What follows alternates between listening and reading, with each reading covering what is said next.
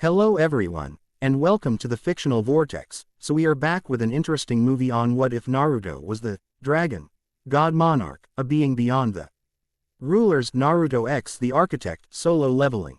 But before we start, I just want to remind you to please subscribe to my channel and hit the like button if you enjoy my content. Let's start the story. Chapter 1. Transcendence Beyond Boundaries. The dimensional tear manifested like a wound in reality, a jagged crimson gash suspended 10 meters above Konoha's reconstructed streets.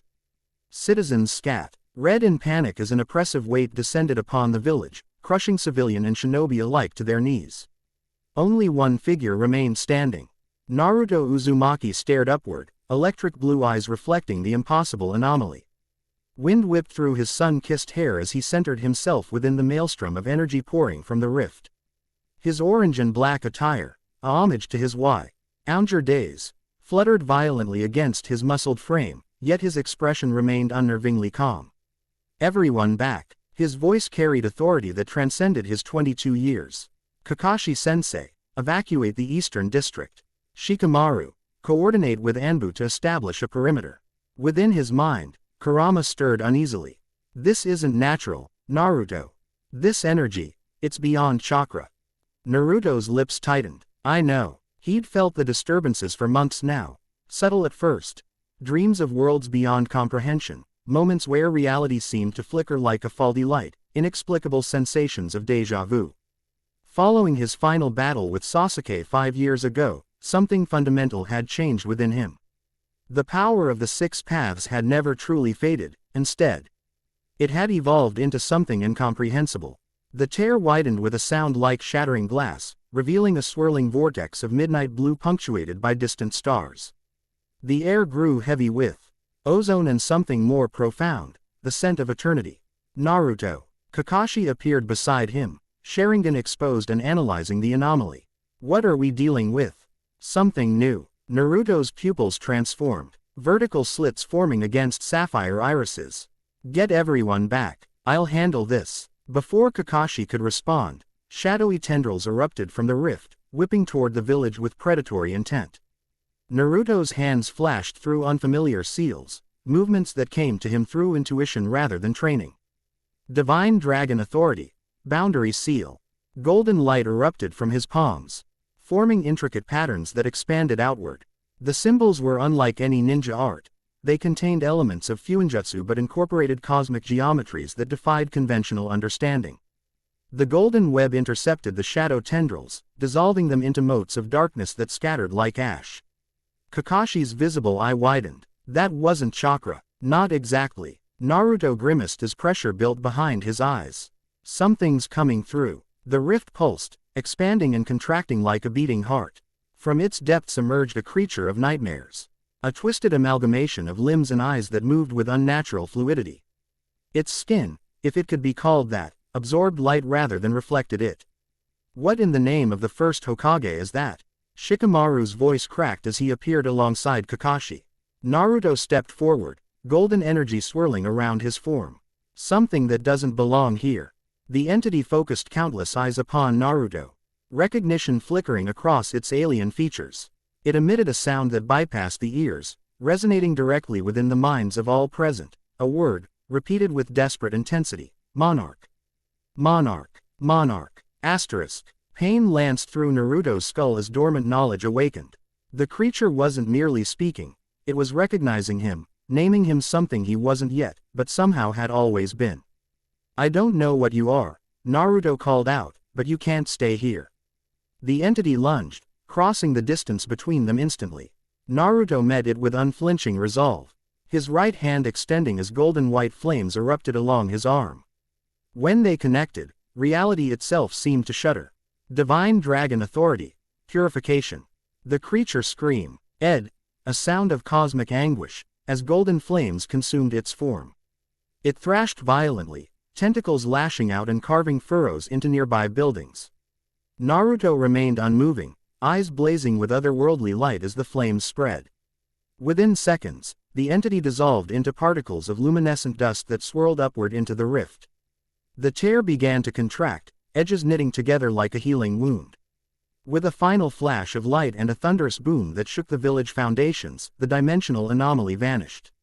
Silence descended upon Konoha, broken only by distant cries and the settling of debris. Naruto stood motionless, staring at his hand where golden energy still danced across his fingertips.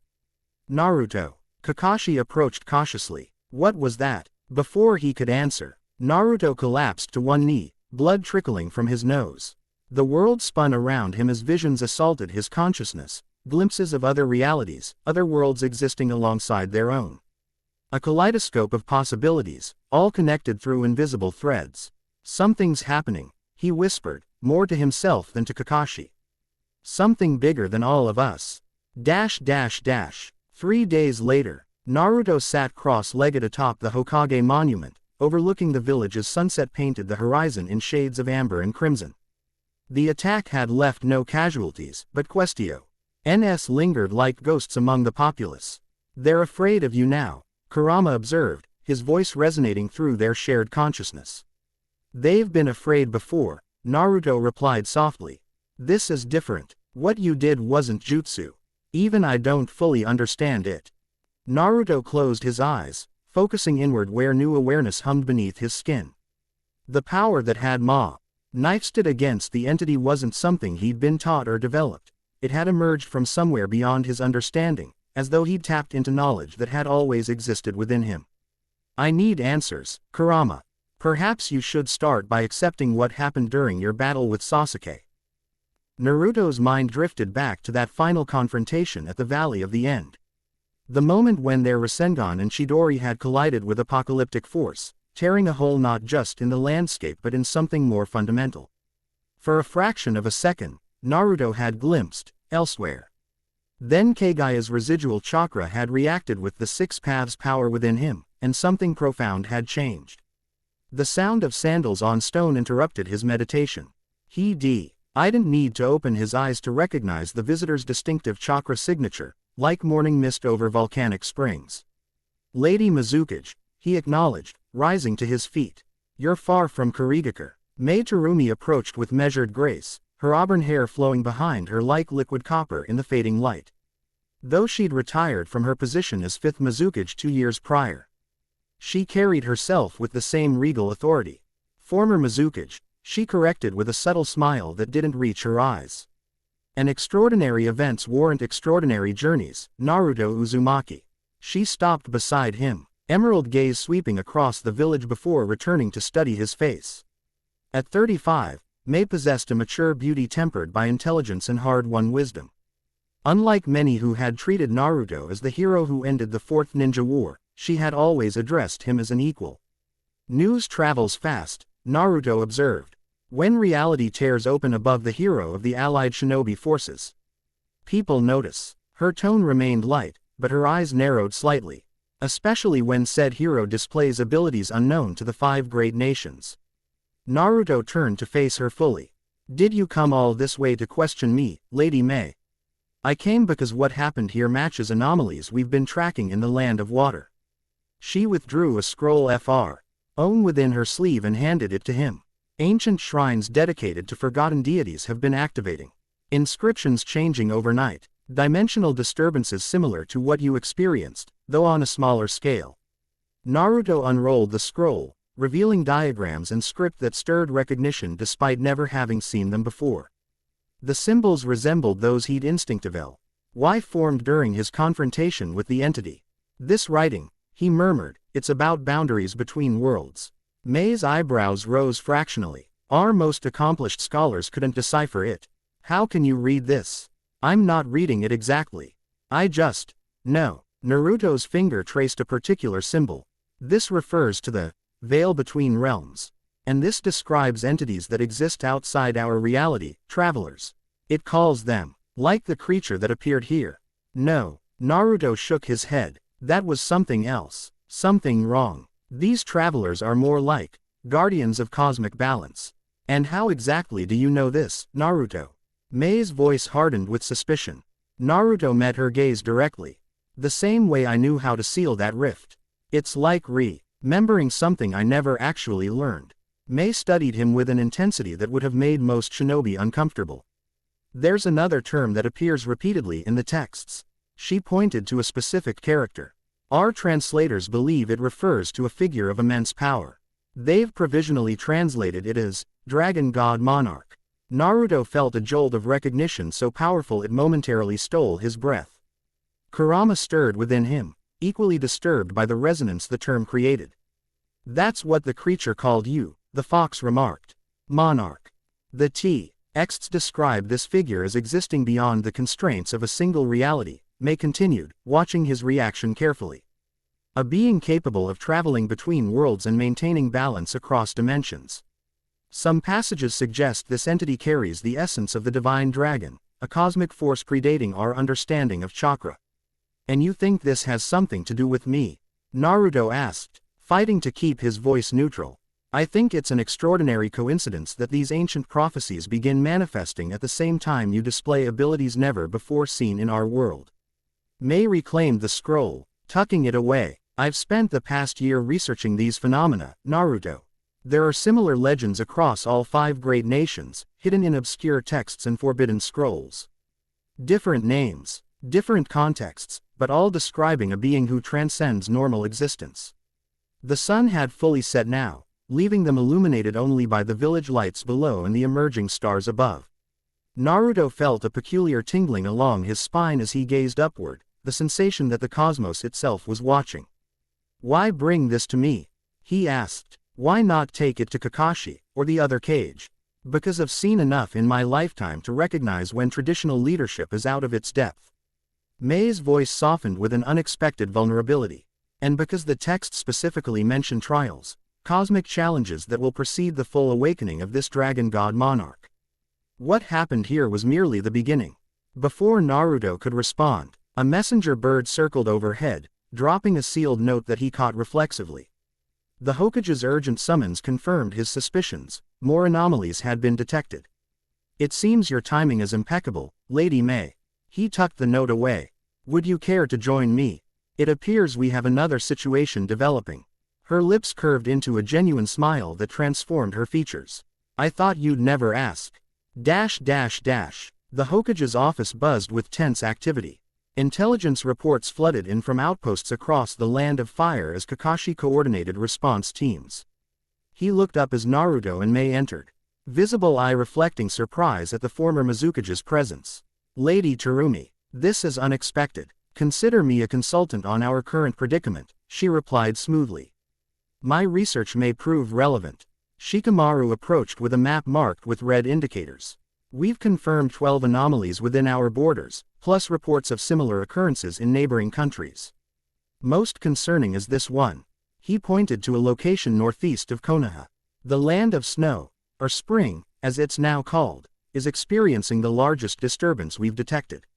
Naruto's pulse quickened. The Land of Spring. Is there any information about the situation at the palace? Communications have been spotty, but we received a direct request from Daimyo Koyuki Kazuhana for assistance. Kakashi handed Naruto a crumpled message. She specifically asked for you. The paper bore Koyuki's elegant script, hastily written but unmistakable. Naruto, something impossible is happening. Our technology is detecting energy signatures unlike anything we've ever encountered. I remember what you did for our nation years ago. We need that miracle again. Memories. Flooded back. A mission years ago that had transformed the perpetually frozen Land of Snow into the prosperous Land of Spring through advanced technology and Naruto's indomitable spirit. Koyuki had been a princess then, before ascending to rule her nation with progressive vision that had turned a minor country into a technological powerhouse. I need to go there, Naruto stated, decision already made. I expected as much, Kakashi sighed, but we can't spare many shinobi with anomalies appearing across our own territory. He won't need an escort, May interjected. I'll accompany him. Kakashi and Shikamaru looked at her in surprise. With all due respect, Lady Terumi, Shikamaru began cautiously, while your abilities are unquestioned. I've been studying these phenomena longer than anyone in this room. She cut him off. And I suspect what's happening there may connect to discoveries I've made regarding pre-Sage era chakra manipulation. Naruto nodded appreciatively. Her knowledge could be crucial. Kakashi-sensei. After a moment's consideration, Kakashi acquiesced. Very well. But I want regular reports, and if the situation escalates beyond control, you retreat immediately. We can't afford to lose you, Naruto. The implicit acknowledgement of his importance to the village went uncontested. Since the war, Naruto had become more than just Konoha's hero, he was its ultimate defense. A deterrent that maintained peace through his mere existence. We'll leave immediately, Naruto decided. The fastest route would be. Actually, he paused, a new awareness unfurling within him. The map before them suddenly seemed limited, two-dimensional. In his mind's eye, he perceived pathways between locations, not physical routes but something more fundamental. I think I can get us there much faster. Mei regarded him curiously. How so? Instead of answering, Naruto closed his eyes and extended his hand toward her. Do you trust me, Lady Mei? Her hesitation asked it only a moment before she placed her slender fingers in his palm. Against my better judgment, yes. Then hold on. Naruto's free hand formed a seal unlike any traditional ninja technique. Divine Dragon Authority. Path of Worlds. Golden light enveloped them both as the office around them began to blur. Shikamaru lurched forward with a startled exclamation, but his voice seemed to stretch and distort as reality itself bent around Naruto and Mei. For a breathless moment, they existed everywhere and nowhere, suspended in a space between spaces where cosmic currents flowed like rivers of light. Mei gasped, her grip tightening on Naruto's hand as her body weightlessly drifted alongside his. Around them, glimpses of different realities flashed like windows opening and closing, landscapes of impossible geometry. Cities of crystal and light, oceans that flowed upward into star-filled skies. Then, with a sensation like passing through a waterfall, they emerged into frigid air atop a snow-covered plateau. Before them rose the technological marvel of Kazuhana Castle, its traditional architecture seamlessly integrated with futuristic elements. Steam rose from heated foundation elements that kept the grounds free of ice, while rainbow-hued lights illuminated defense barriers surrounding the complex. Mei stumbled as her feet contacted solid ground, and Naruto steadied her with a hand at her elbow. Her face had paled considerably, eyes wide with disbelief. What? She whispered hoarsely. Was that a shortcut? Naruto replied, unable to fully suppress the wonder in his own voice. The knowledge of how to create that passage had simply manifested, as though he'd always known but had forgotten until needed. Mei stepped away from his touch, visibly collecting herself. That wasn't any teleportation jutsu I'm familiar with. We moved between dimensions. Yeah. Naruto gazed at his hands, where golden energy still flickered beneath the skin. I'm not sure how I knew to do that. Dragon God Monarch, Mei murmured, almost to herself. The texts mentioned walking between worlds as easily as mortals walk between rooms. Before they could discuss it further, castle alarms blared. Spotlights swiveled toward them as armored guards with advanced weapons converged on their position. Unlike traditional samurai, these soldiers wore sleek armor incorporating technology that hummed with energy. Identify yourselves, demanded the captain, weapon raised. Naruto stepped forward, hands raised peacefully. I'm Naruto Uzumaki from the Hidden Leaf. This is Lady Mei Terumi, former Mizukage of the Hidden Mist. We're here at Daimyo Kazuhana's request. The captain's posture remained tense. We received no notification of visitors. How did you bypass our perimeter sensors? It's a long story involving dimensional travel, Naruto replied with a disarming smile. If you contact Lady Koyuki, she'll confirm she sent for me. After a tense standoff, the captain activated a communication device on his wrist. Moments later, his demeanor changed completely. My apologies, Lord Uzumaki, Lady Terumi. The daimyo has ordered me to escort you to her immediately. He bowed formally. She says the situation has escalated within the past hour. As they followed their escort through the castle grounds, Naruto observed significant changes since his last visit. RCH facilities had expanded considerably, with satellite dishes and monitoring equipment occupying much of the eastern wing. Scientists in laboratory attire rushed between buildings carrying equipment and data tablets. The interior of the castle maintained its traditional elegance while incorporating cutting-edge technology seamlessly into the design. Screens displayed monitoring data on walls adorned with historic tapestries. Automated systems controlled environmental conditions alongside ancient artifacts. They were led to a command center occupying what had once been the castle's Great Hall. Holographic displays showed maps of the region with pulsing indicators marking anomaly locations. In the center of this technological hive stood a woman whose presence commanded attention without effort. Koyuki Kazuhana had matured from the young actress turned reluctant leader Naruto had once known into a formidable ruler. Her raven hair was styled practically but elegantly, while her attire balanced traditional royal garments with functional elements. When she turned and saw Naruto, her composed expression momentarily gave way to genuine relief. "Naruto," she breathed, crossing the room with purposeful strides. Without hesitation, she embraced him briefly before stepping back to regard him with critical assessment. "You've grown up." "It's been years," he replied with a warm smile. "You look well, Daimyo Kazuhana." "Koyuki, please. We've saved each other's lives. I think we're beyond titles." Her gaze shifted to Mei, recognition sparking. "Lady Terumi, your presence is unexpected but welcome. I've followed your research into ancient chakra systems with interest." Mei inclined her head respectfully. "Your scientific achievements are equally impressive, Lady Koyuki. Your Asian's transformation under your leadership is remarkable. Unfortunately, that transformation is now threatened." Koyuki gestured toward the central display. 3 days ago, our monitoring station NS detected unusual energy signatures within the northeastern mountain range. Initially, we thought it might be a natural phenomenon related to our climate stabilization technology. But the readings have since intensified and spread. The display showed a 3-dimensional representation of energy patterns spiraling outward from a central point deep within the mountains. Unlike the chaotic tear that had appeared in Konoha, this anomaly manifested as a perfect geometric pattern, concentric circles pulsing with steady rhythm. "It's too ordered to be natural," Koyuki continued. "And it's affecting our technology. Systems are behaving erratically, some advanced prototypes have activated without input. Most concerning, we've detected what appear to be echoes." "Echoes?" Naruto prompted. A scientist approached, adjusting spectacles nervously. "Audio anomalies, Lord Uzumaki.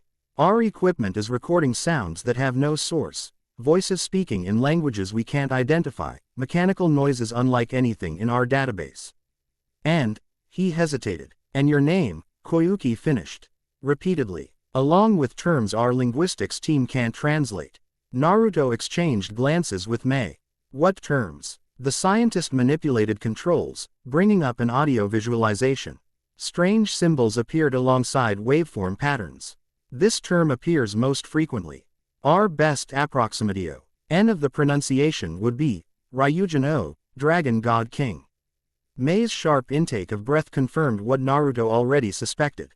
The Japanese equivalent of Dragon God Monarch was being broadcast through whatever was occurring in the mountains. "There's more," Koyuki said, voice lowering. "Last night, a research team investigating the phenomenon failed to return. When we sent a rescue party, they discovered this." The display changed to footage from a body camera. It showed a cave entrance surrounded by unusual crystal formations that glowed with internal light. As the camera moved inside, the crystalline structures became more prevalent, covering the walls in geometric patterns identical to those Naruto had instinctively created while sealing the rift in Konoha. The footage continued deeper into the cave until reaching a massive chamber. There, suspended in midair, rotated a perfect sphere of darkness approximately 3 meters in diameter. The sphere didn't merely absorb light, it seemed to consume reality itself, creating a visual distortion around its perimeter. Scattered around the chamber were research equipment and personal belongings, but no sign of the team. The Res. Q party's voices grew increasingly panicked as their instruments malfunctioned. Then, without warning, tendrils of darkness extended from the sphere, whipping toward the camera with impossible speed. The footage ended abruptly. "We lost contact with the rescue party as well," Koyuki said quietly. 12 people total. Naruto felt a familiar stirring of protective determination. "I need to go there." "That's why I called you," Koyuki replied. "Whatever this is, it's beyond our science. But years ago, I watched you do the impossible. If anyone can understand what's happening, it's you. I'll accompany you," Mei stated firmly. "My knowledge of ancient chakra rituals may prove useful." And I'll provide you with our latest protective equipment, Koyuki added. It won't take long to. Actually, Naruto interrupted gently. I think time is critical here. Lady May and I should depart immediately. Koyuki's expression tightened with concern. The site is hours away, even with our fastest transport. We have a faster method, May said, glancing at Naruto with something between apprehension and anticipation. Understanding dawned on Koyuki's face. You've developed new transportation jutsu. Something like that, Naruto replied vaguely. Can you show me the exact coordinates of the anomaly? After reviewing detailed geographical data, Naruto committed the location to memory. Though memory wasn't quite the right term. He seemed to perceive the location as a distinct point in a multidimensional framework that extended beyond physical space. We'll report back as soon as we can, he promised Koyuki. In the meantime, I suggest evacuating personnel from any facilities within 20 kilometers of the anomaly. Koyuki nodded solemnly. Already underway. Naruto. Professional demeanor softened slightly. Be careful. We've detected energy readings from that sphere that defy our understanding of physics. Don't worry, he responded with characteristic confidence. I've dealt with impossible things before. As they prepared to depart, May stepped closer to Naruto, voice pitched for his ears alone. That dimensional passage technique, does it have any adverse effects I should be aware of? It's disorienting the first few times, he admitted. But perfectly safe. Few times. Her eyebrow arched elegantly. How many times have you done this before? Naruto's expression turned sheepish. Counting our arrival here, once. Before she could respond, he placed his hand lightly on her shoulder and formed the now familiar seal with his free hand. The command center blurred around them as golden light enveloped their forms, and once again they slipped between the fabrics of reality. This passage felt different, smoother, more controlled. Naruto guided them through the between space with growing confidence, instinctively navigating currents of cosmic energy. Beside him, May appeared less distressed than during their first transition, her eyes wide with wonder as she observed impossible geometries and fragments of alternate realities drifting past. They emerged at the base of a snow-covered mountain, the transition so smooth that May remained steadily on her feet. Dark clouds swirled unnaturally around the peak, while the air thrummed with energy that made their teeth ache and their skin prickle. You're adapting quickly to these abilities, May observed, studying him with renewed interest. It feels like remembering rather than learning, Naruto replied, scanning their surroundings. As if I've always known how to do this but couldn't access it until now. The cave entrance from the footage was visible approximately 100 meters up the slope, crystalline formations gleaming with internal luminescence against the dark rock. As they approached, Naruto sensed a distinctive resonance emanating from within, a frequency that seemed to call to something deep within his being. Do you feel that? He asked. May nodded grimly. It's similar to the energy signature we detected at the ancient shrines in Water Country, but vastly more potent. Be cautious, Naruto. Whatever entity created that sphere, it clearly has the capacity to abduct or eliminate skilled personnel. At the cave entrance, the crystalline formations became more prominent. Naruto reached out tentatively, fingers brushing against a formation.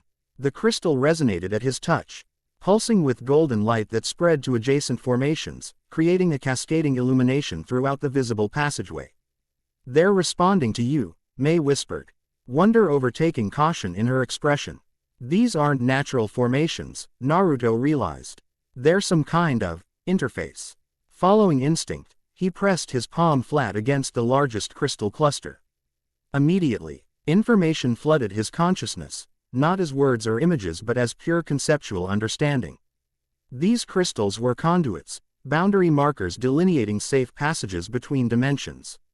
They had been dormant for millennia until recent cosmic disturbances had reactivated them. These were created by the travelers, he murmured. Beings who move between worlds, maintaining balance. How do you know that? May questioned, her analytical mind ever present despite the extraordinary circumstances. Naruto withdrew his hand, golden energy lingering around his fingertips. I just do. The same way I knew how to seal the rift in Konoha or create passages between locations. It's knowledge that feels ancient but familiar, like it's always been part of me.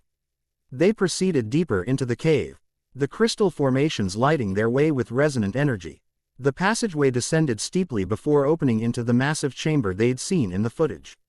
There, rotating in perfect silence, hung the sphere of absolute darkness. Up close, the anomaly was even more disturbing, a perfect absence, a hole in reality itself. The air around it shimmered with distortion, and gravity seemed to fluctuate in its proximity. Of the research teams, there remained no sign except abandoned equipment and personal effects scattered around the chamber. "Stay back," Naruto cautioned, extending an arm to prevent Mei from approaching too closely. "Whatever this is, it's not just consuming light, it's consuming space-time itself." Mei circled the perimeter cautiously, examining the crystal formations that lined the chamber walls. "These symbols, they match fragments we found in the ancient temples. This one," she pointed to a particular configuration, references the void between worlds. "And this appears to be a warning." "Not a warning," Naruto corrected, the knowledge unfolding within him. "A gateway key. These are instructions for controlled passage."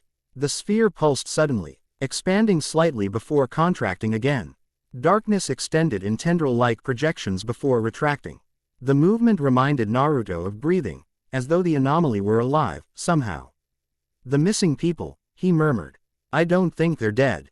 I think they've been pulled through to somewhere else." "Another dimension?" Mei asked, her pragmatic nod. Churei struggling with concepts beyond conventional understanding. "Not exactly." Naruto approached the sphere carefully, golden energy beginning to emanate from his body in response to the anomaly's presence. "More like a junction point between dimensions. A place that exists outside normal space-time." The sphere pulsed again, more violently this time. The tendrils of darkness extended further, sweeping around the chamber as if searching.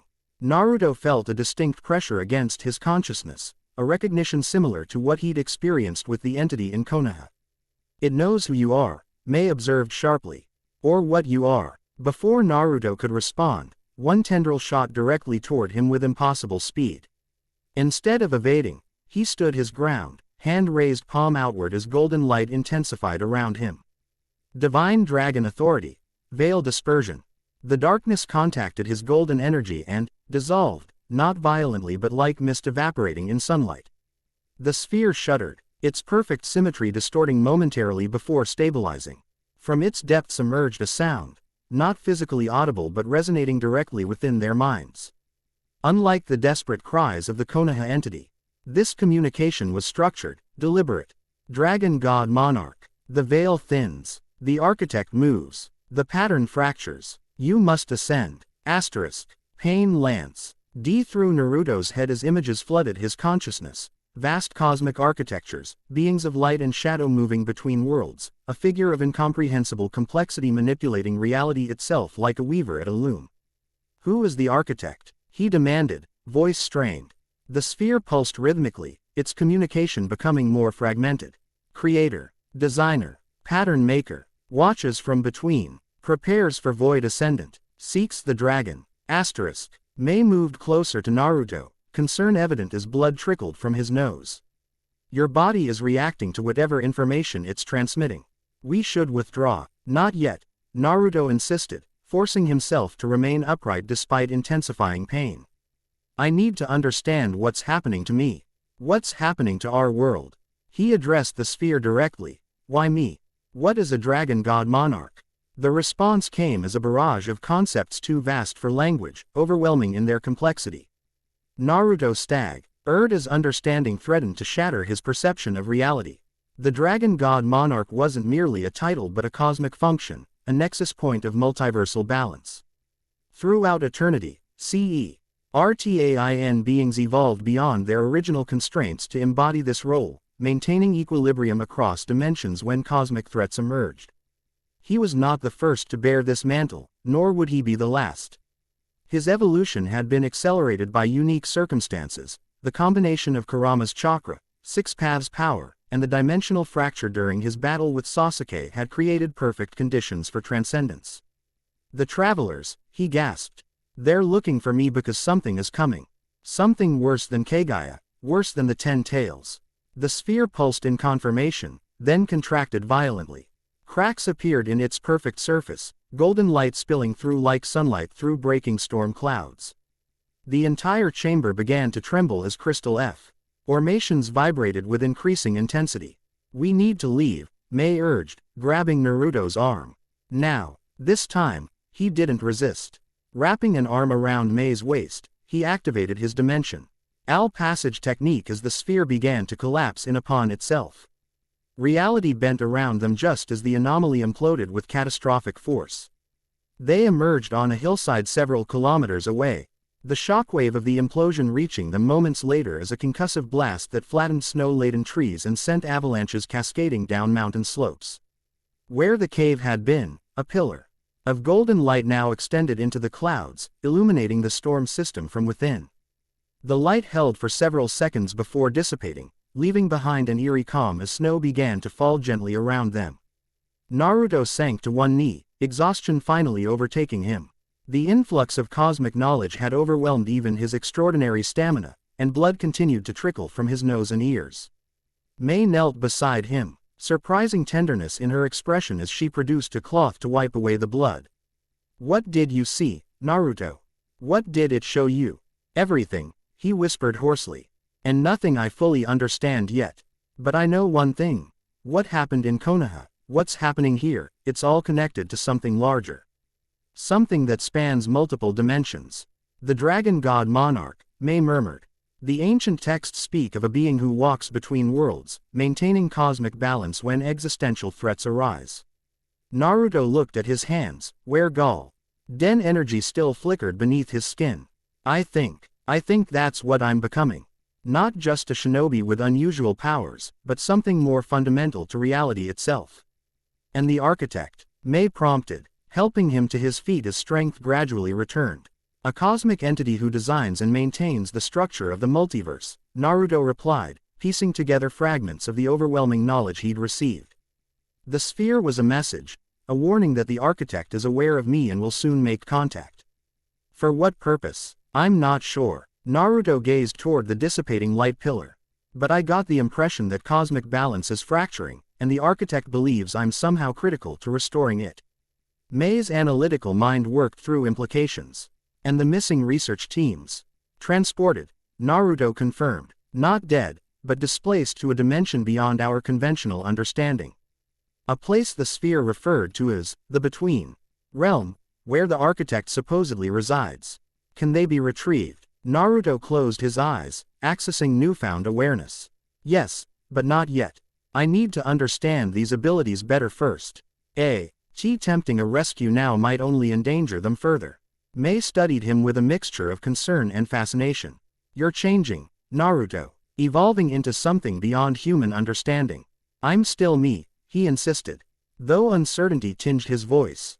"Still Naruto Uzumaki, are you?" Her question held no accusation, only genuine inquiry. "The power you're manifesting, the knowledge you're accessing, it's reshaping you from within. The question becomes, will Naruto Uzumaki guide this evolution, or will the dragon god Monarch subsume the man you've been?" The profound nature of her question struck him deeply. Since childhood, Naruto had defined himself through his relationships, his dreams, his unwavering determination to protect those precious to him. Would cosmic transcendence change that fundamental nature?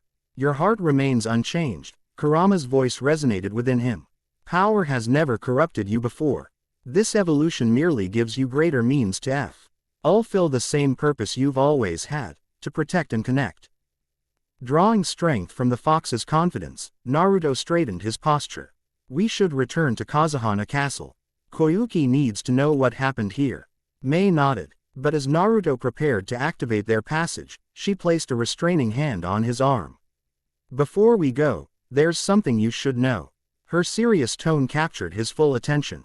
"What is it?" "The ancient texts I've been researching, they don't just mention the dragon god Monarch.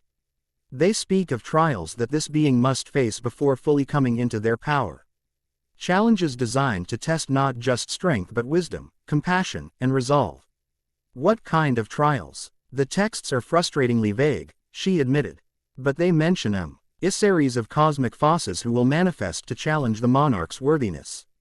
Some benevolent, some malevolent, all deadly serious in their purpose." You think the entity that attacked Konoha was one of these emissaries? Perhaps. Mei's expression remained grave, but it's equally possible that was merely a harbinger, a lesser manifestation preceding the true challenges to come. Naruto absorbed this information thoughtfully.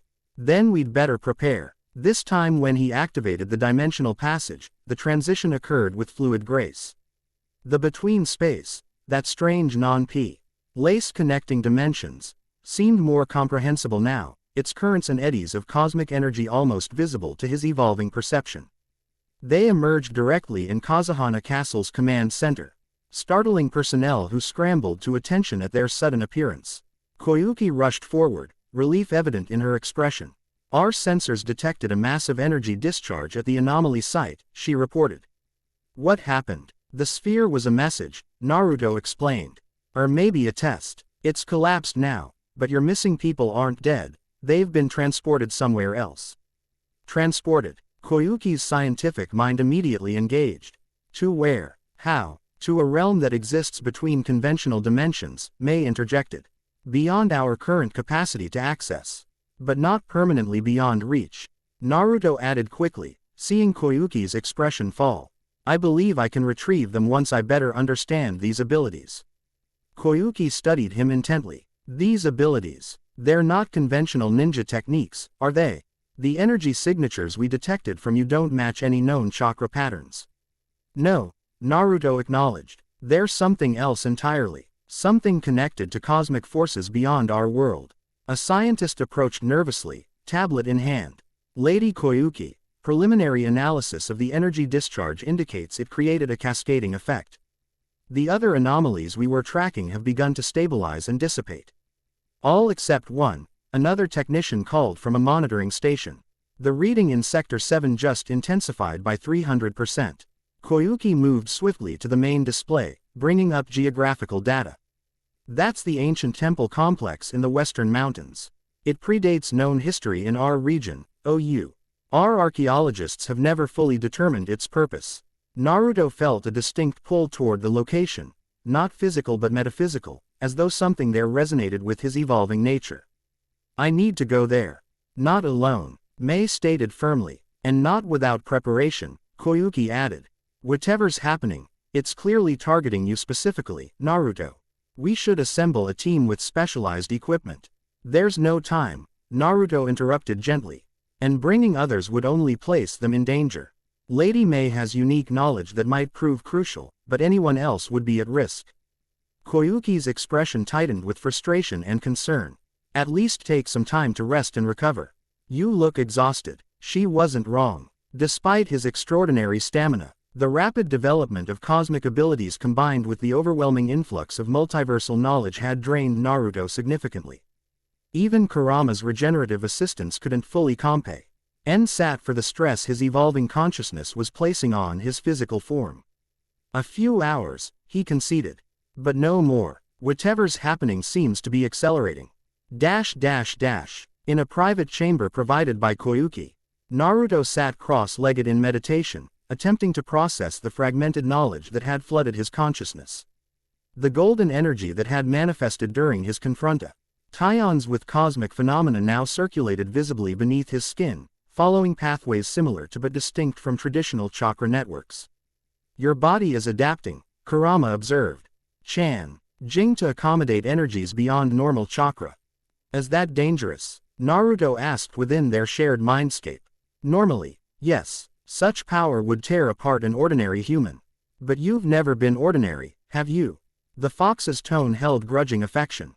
Your Uzumaki vitality, combined with my presence and the Six Paths power, creates a unique foundation for this evolution. Evolution into what, exactly? Naruto questioned. The dragon god Monarch. What does that even mean? Perhaps it's time to properly confront what happened during your battle with Sasuke, Kurama suggested. You've avoided fully acknowledging it for 5 years. Naruto's mind drifted back reluctantly to that final confrontation. Their ultimate techniques colliding with force that should have destroyed them both. The fabric of reality momentarily tearing. And in that infinitesimal moment between heartbeats, Naruto had glimpsed, elsewhere. A vast cosmic tapestry of interconnected realities.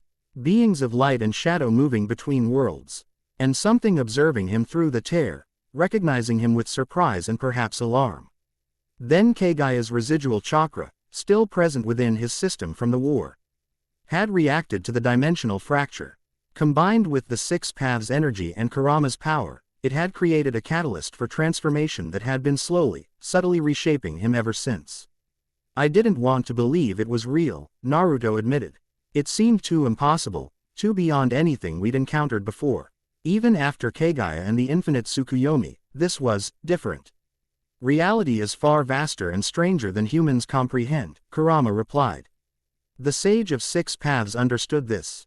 Why do you think he created us tailed beasts with such diverse powers and perspectives? We were meant to be guardians not just against threats within this world, but eventually against forces from beyond. And now those forces are reaching through, Naruto murmured. But why now? Why me? A soft knock at the door interrupted his meditation. Opening his eyes, Naruto called permission to enter. Mei stepped inside, having changed from her Vel attire into a more formal kimono provided by their hosts. The elegant garment accentuated her mature beauty while maintaining the dignified presence that had characterized her leadership as Mizukage. I hope I'm not interrupting, she said, approaching with measured grace. Not at all, Naruto gestured to a nearby cushion. I was just trying to make sense of everything that's happening. Mei seated herself with fluid elegance. Any success? Some, he acknowledged, though each answer raises new questions. Such is the nature of knowledge, she replied with a small smile. In my research into pre-sage chakra practices, I've found that true understanding rarely arrives as a complete package. It unfolds gradually, each revelation illuminating the path to the next. Naruto studied her with newfound appreciation. Beyond her formidable combat abilities and political acumen, Mei possessed a scholarly depth that few recognized. Her retirement from the position of Mizukage had not been to pursue leisure but to dedicate herself to ancient studies that conventional leadership responsibilities had prevented. Why did you really come to Konoha? He asked directly. The timing seems too convenient. Mei's smile turned knowing, perceptive. The truth is I've been tracking dimensional anomalies for nearly 2 years. Ancient texts in Water Country contain prophecies about cosmic convergence, a time when the boundaries between realities would thin, allowing forces from beyond to influence our world. And you connected these prophecies to me. Not immediately, she admitted. Initially, I was simply following evidence of increasing anomalies. But 6 months ago, I discovered references to a golden light that bridges worlds associated with the dragon god Monarch figure. Then reports reached me about strange abilities you demonstrated during diplomatic missions, enhanced perception, inexplicable insights, instances of being in precisely the right place at exactly the right time to prevent disasters. Naruto shifted uncomfortably. Those incidents had seemed like fortunate coincidences or simply the result of his natural intuition. Now, in retrospect, they appear as early manifestations of his evolving cosmic awareness. The ancient texts describe the dragon god Monarch as a being of compassion and connection, Mei continued. Someone who bridges not just worlds but understanding, who brings harmony through genuine empathy rather than force. The more I researched, the more clearly the description matched you, Naruto Uzumaki. I'm just a shinobi, he protested weakly. Are you? Her emerald gaze pierced through pretense. You ended cycles of hatred that persisted for generations. You connected the tailed beasts and their Jinchuriki in ways the sage himself couldn't achieve. You inspired an alliance between nations that had been enemies for centuries. Your entire life has been about forging connections where others saw only division. Her words resonated uncomfortably with his own emerging understanding. The cosmic awareness awakening within him emphasized interconnection, the complex web of relationships that bound not just people but entire dimensions in meaningful patterns. If these texts are accurate, Naruto said carefully, what happens next? The full awakening of the dragon god Monarch, Mei replied. The texts describe it as a process requiring trials of body, mind, and spirit. Each trial overcome brings greater cosmic awareness and authority, until the monarch can fully embrace their role as guardian of multiversal balance. And the architect, where does he fit into this? Mei's expression turned grave. That name appears in only the most obscure texts, always with warnings. The architect is described as the pattern maker, a cosmic entity responsible for designing the fundamental structure of reality. Some passages suggest benevolence, others imply manipulation beyond mortal comprehension. The sphere said the architect is watching me. Naruto murmured. That he'll make contact soon. Then be prepared for complexity beyond simple good or evil, May cautioned. Beings of such cosmic scope rarely operate within human moral frameworks. Their conversation was interrupted by an urgent knock. Koyuki entered without waiting for response, her expression tense with controlled alarm. The anomaly at He Temple Complex has destabilized completely, she reported. Energy readings are off our measurement scales, and we're detecting structural changes to the temple itself. What kind of changes? Naruto asked, rising quickly. It's reconfiguring, Koyuki replied, struggling to articulate the impossible. Ancient stone moving like liquid, forming new patterns. And there's something else. She hesitated before continuing. Our long-range cameras captured an image of symbols appearing on the central altar. They match the writing from the ancient scrolls, but they're forming in real time, as if being carved by invisible hands. What do they say? May asked sharply. Our translators are working on it, but preliminary analysis suggests it's a summoning or invitation. Koyuki's gaze fixed on Naruto. Addressed specifically to the golden bridge between worlds. Naruto exchanged glances with May. That can't be coincidence. No, she agreed grimly. It appears your next trial has announced itself. Without further discussion, they hurried to the command center. The main display showed real-time footage from drones monitoring the temple complex, an ancient circular structure of megalithic stones nestled high in the western mountains. As reported, the massive stones were somehow flowing like water, restructuring themselves into new configurations while maintaining structural integrity. That's not physically possible, a scientist muttered, adjusting instruments frantically. The molecular composition of granite doesn't allow for fluid movement without extreme heat, yet the thermal readings are normal. Reality itself is being manipulated, Naruto observed quietly. The normal laws of physics are being selectively suspended. The footage zoomed in on the central altar, where symbols continued to form in the ancient stone. As the final character completed, a collective gasp rippled through the command center. The complete message needed no translation, it had appeared in modern Japanese. Directly addressing its intended recipient. Naruto Uzumaki, bridge between worlds, your presence is required. The architect awaits. Asterisk. Well, Naruto said with forced lightness, at least they're being direct. Koyuki turned to him, concern evident. This is obviously a trap. Or a legitimate summons, May countered. Either way, it cannot be ignored. I'll go alone, Naruto decided. Whatever's waiting there wants me specifically. I'm coming with you, May stated flatly, her tone brooking no argument. The ancient texts describe the trials as requiring witnesses, those who can observe and record the dragon god Monarch's journey for future cycles. Naruto recognized the stubborn set of her jaw, the same expression she'd worn when facing down opposition during 5-cage summits. Argument would be futile. Very well, he conceded. But at the first sign of danger to you. I was Mizukage for years, Naruto, she interrupted with a touch of asperity. Quote, I'm quite capable of assessing and responding to danger. Koyuki interjected before their exchange could continue. Take communication devices at least. If this truly is the architect making contact, humanity should have some record of the encounter.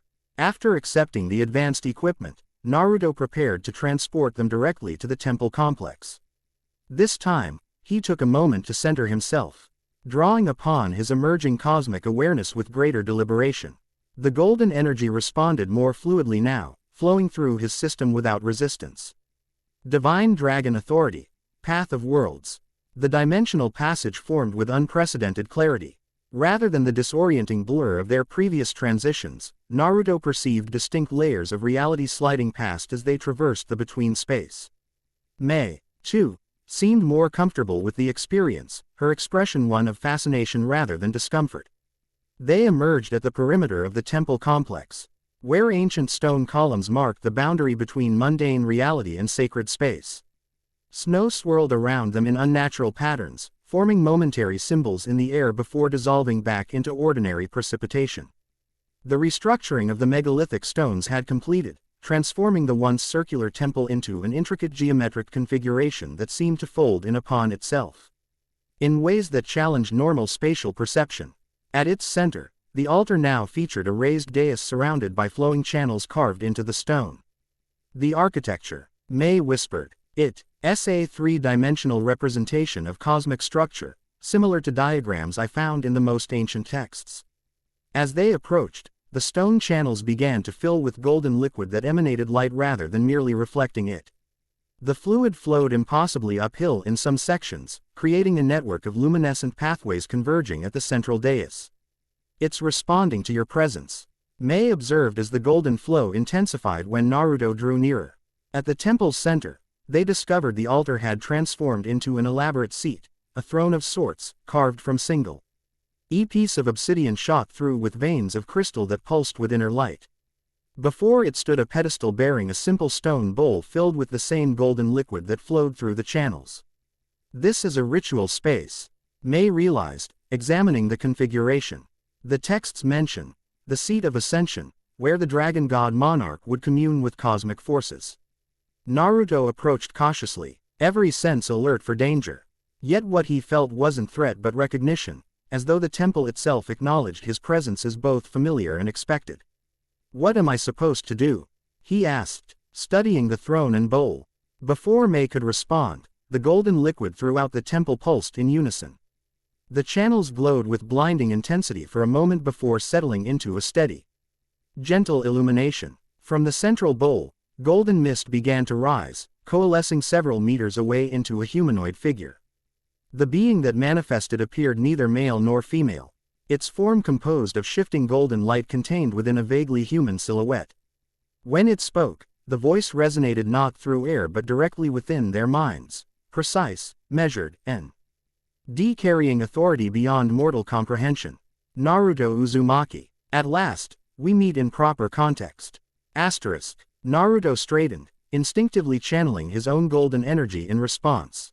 Are you the architect? A sound like crystalline chimes filled their thoughts. Laughter, perhaps, or some cosmic approximation.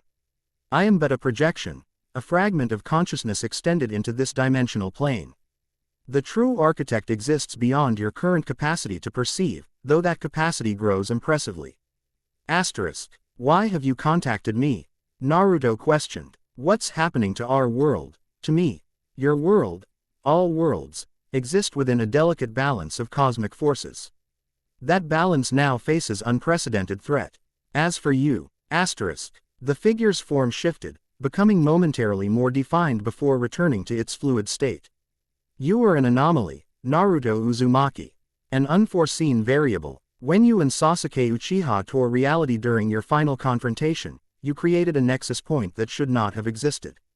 Instead of resulting in catastrophe, that nexus point found perfect resonance with your unique metaphysical composition, the combined energies of Kurama, Six Paths power, and residual divine chakra from Kagaya. Creating the conditions for me to evolve into this dragon god monarch, Naruto concluded. Precisely. Throughout cosmic cycles, such beings emerge when dead, nexus points of multiversal balance who can traverse dimensions and maintain harmony across reality. They serve as bridges between worlds, facilitating necessary exchange while preventing destructive interference. And now I'm becoming one of these beings.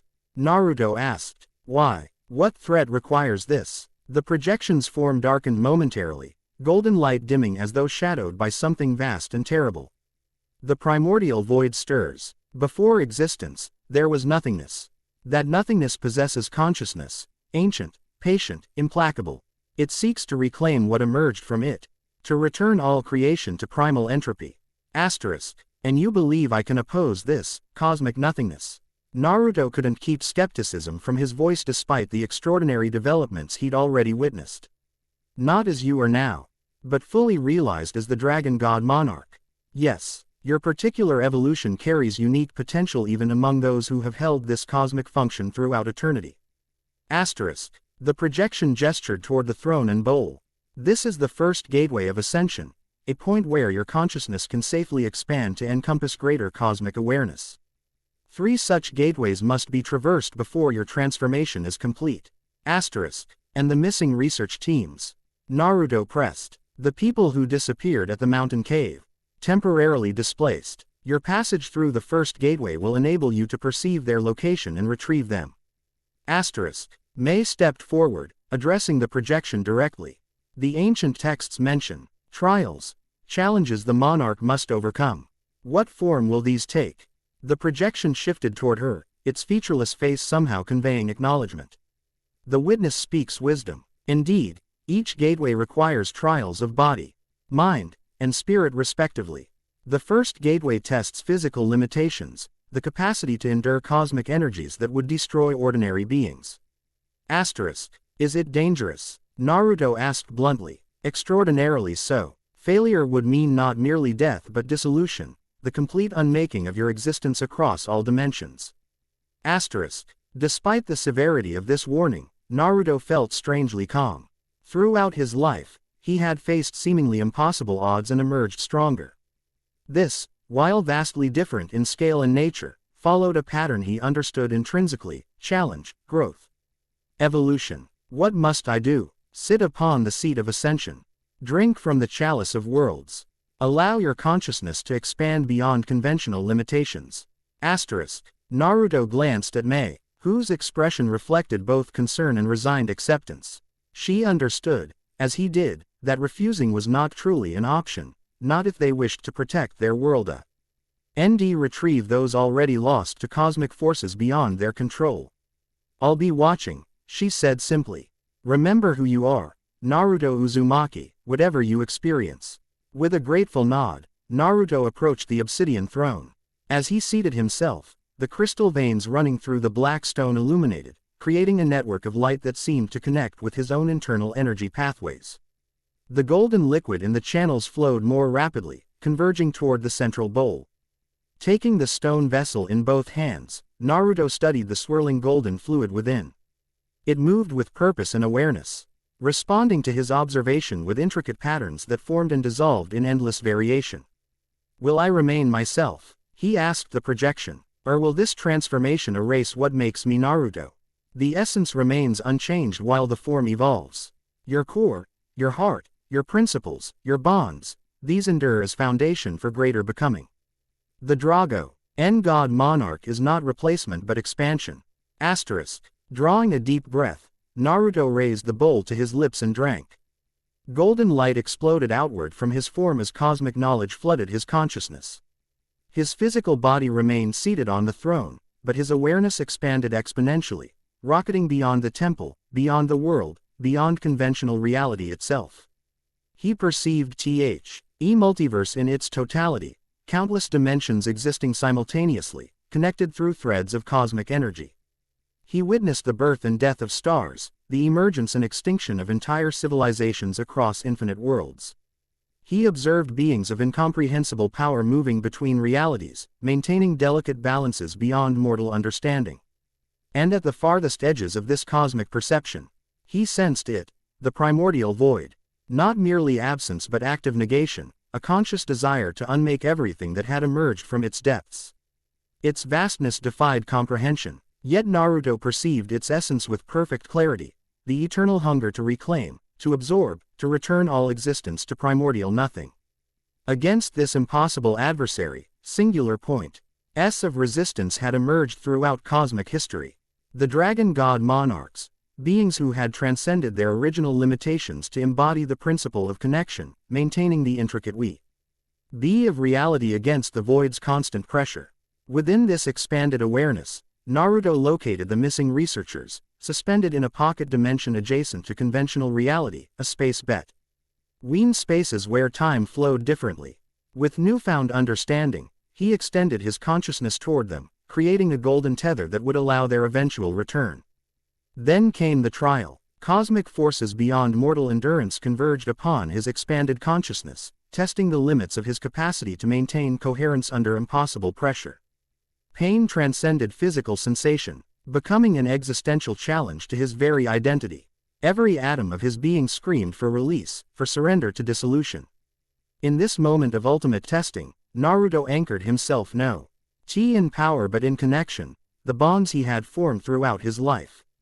Iruka's acknowledgement. Kakashi's guidance, Sakura's friendship, Sasuke's rivalry and reluctant brotherhood, Kurama's partnership, the trust of the allied shinobi forces, the faith Jiraiya had placed in him, his parents' sacrifice and love.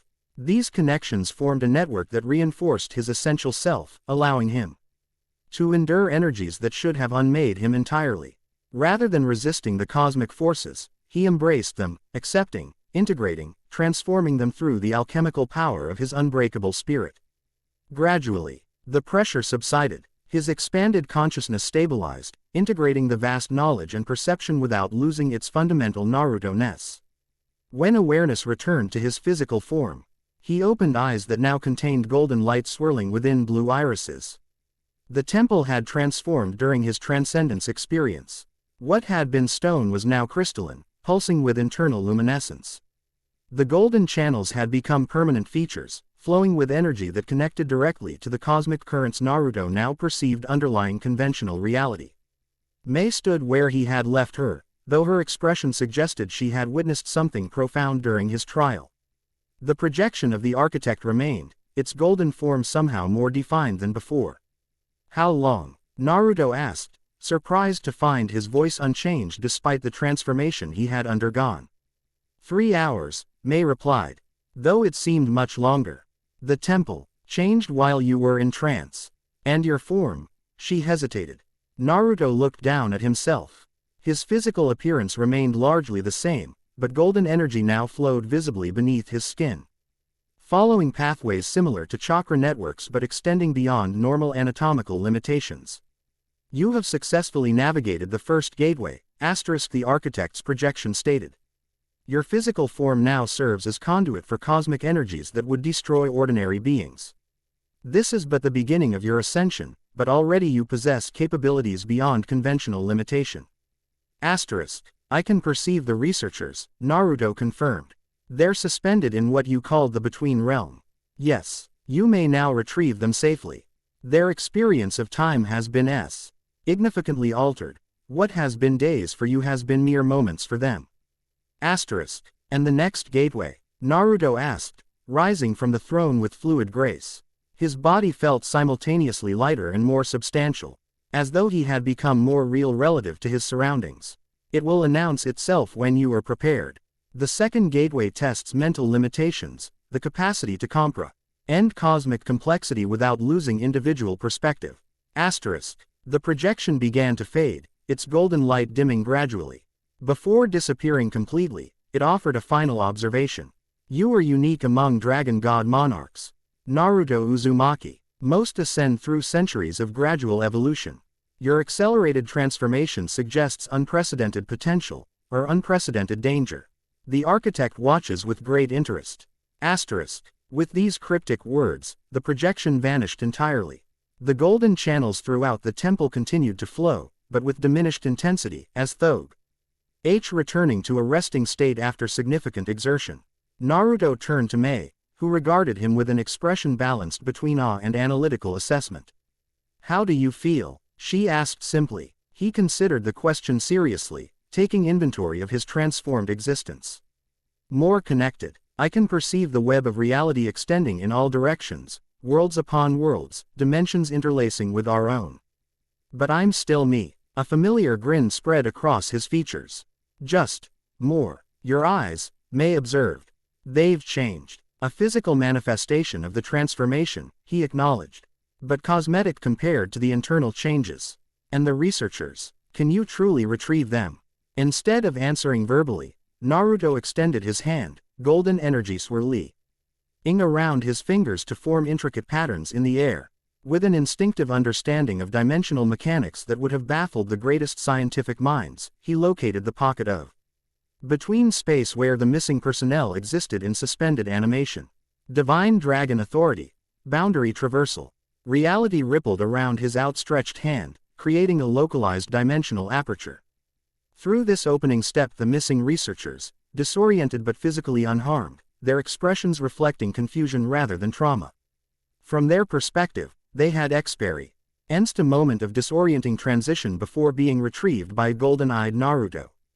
As the last researcher emerged, Naruto sealed the dimensional opening with a fluid gesture. The retrieved personnel looked around in bewilderment, taking in the transformed temple and their unexpected rescue. Lord Uzumaki, the lead scientist, questioned uncertainly. What happened? Where are we? UW'er. Temporarily displaced to another dimension, Naruto explained gently. You're safe now. We'll return to Kazuhana Castle where you can be properly examined and debriefed. The scientists exchanged confused glances, clearly struggling to process their experience. One younger researcher stared at Naruto with particular intensity. Your eyes, she whispered. They're like the symbols in the cave, ones that started glowing just before everything went dark. This revelation confirmed what Naruto had glimpsed during his expanded perception. The dimensional anomalies weren't random occurrences but coordinated events. Precursors to his awakening as the dragon god Monarch.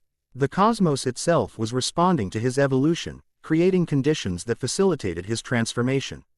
We should return, Mei suggested, noting the researchers' growing unease. Lady Koyuki will be relieved to see her people safe.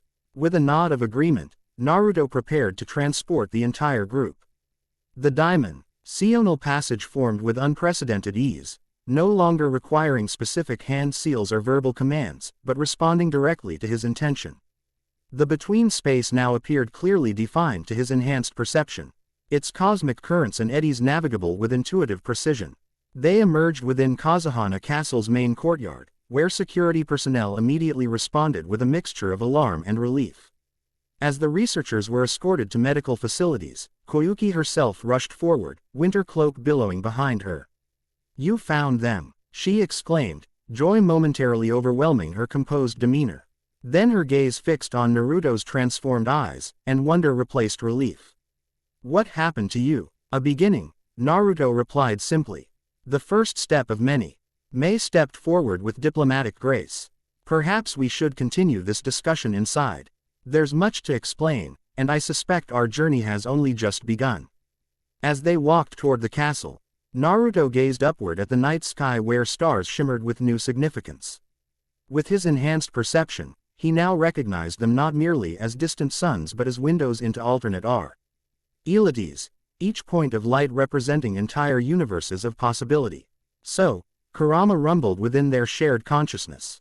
Dragon God Monarch. Rather grandiose, wouldn't you say? Says the nine-tailed demon fox. Naruto replied with internal amusement. Besides, it doesn't change what matters.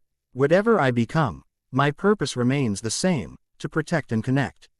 Around them, snow continued to fall in gentle patterns that seemed, to Naruto's newly awakened senses, to whisper ancient secrets as they drifted from the heavens to the waiting earth. Behind them, the transformed temple stood as testament to cosmic forces stirring after eons of dormancy. And somewhere beyond conventional perception, the architect observed with interest as the newest dragon god Monarch took his first steps toward an ascension that would reshape reality itself. For Naruto Uzumaki, once the village outcast, now evolving into something beyond human comprehension, the greatest adventure of his existence had only just begun. Chapter 1 and Chapter 2, The Architect's Design. 1 week after the events at the temple complex, Naruto stood atop Hokage Tower, gazing across the village with eyes that perceived far more than the visible spectrum. Golden light swirled within his irises as he tracked the subtle energy currents flowing beneath Konoha's streets, chakra pathways interwoven with more fundamental cosmic forces that few shinobi could detect. His return to the Hidden Leaf had caused quite a stir. News of his transformed appearance and extraordinary abilities had spread rapidly, actions ranging from awestruck reverence to wary suspicion. Kakashi had taken the developments with characteristic equanimity, though Naruto hadn't missed the concern behind his former sensei's outward acceptance. Planning to redesign the village from that vantage point, Naruto smiled, recognizing Mei's voice without turning. The former Mizukage had accompanied him back to Konoha, ostensibly a diplomatic envoy but primarily to continue studying his evolving abilities. Just observing, he replied as she joined him at the railing. The village's energy has changed since my transformation. Or maybe it's just my perception that's different. Likely both, Mei suggested. Your evolution affects everything around you, whether people realize it or not. She'd exchanged her formal for more practical clothing that still managed to accentuate her mature elegance, a deep blue kimono-style top over fitted pants with subtle armor elements integrated into the design. Her auburn high R was gathered in a practical style that highlighted her delicate features. Any progress deciphering those texts you received from Water Country? Naruto asked. Some. Mei leaned against the railing, watching villagers go about their daily activities below. The language is ancient, predating the Sage of Six Paths by centuries, possibly millennia. But certain symbols match what we encountered at the temple, which gives us reference points. She studied his profile thoughtfully. What troubles you, Naruto? You've been unusually pensive since returning. He appreciated her directness. Most people had become hesitant around him, measuring words carefully as though addressing a different being entirely rather than the Naruto they'd always known. Dreams, he admitted, are visions, maybe. When I sleep, I perceive other worlds so vividly it's like actually being there. The cosmic awareness expanding your consciousness, Mei nodded. The texts mention this, the gradual acclimation to multiversal perception. Last night, I witnessed a world unlike anything I could have imagined, Naruto continued. A city of impossible scale, with towers reaching beyond clouds. Technology beyond even the land of spring's advancement. And beings fighting monsters that emerged from glowing blue portals. Mei's expression sharpened with interest. Portals. What kind of monsters? Creatures of nightmare. Some resembling insects but massive, others like twisted shadows given physical form. The defenders called themselves hunters, and wielded powers that weren't chakra but something adjacent. They called it mana. And these defenders, these hunters, were they successful? Naruto's expression darkened. Not entirely. Many died, but some demonstrated extraordinary abilities. Their Ader especially, a man they called the Shadow Sovereign.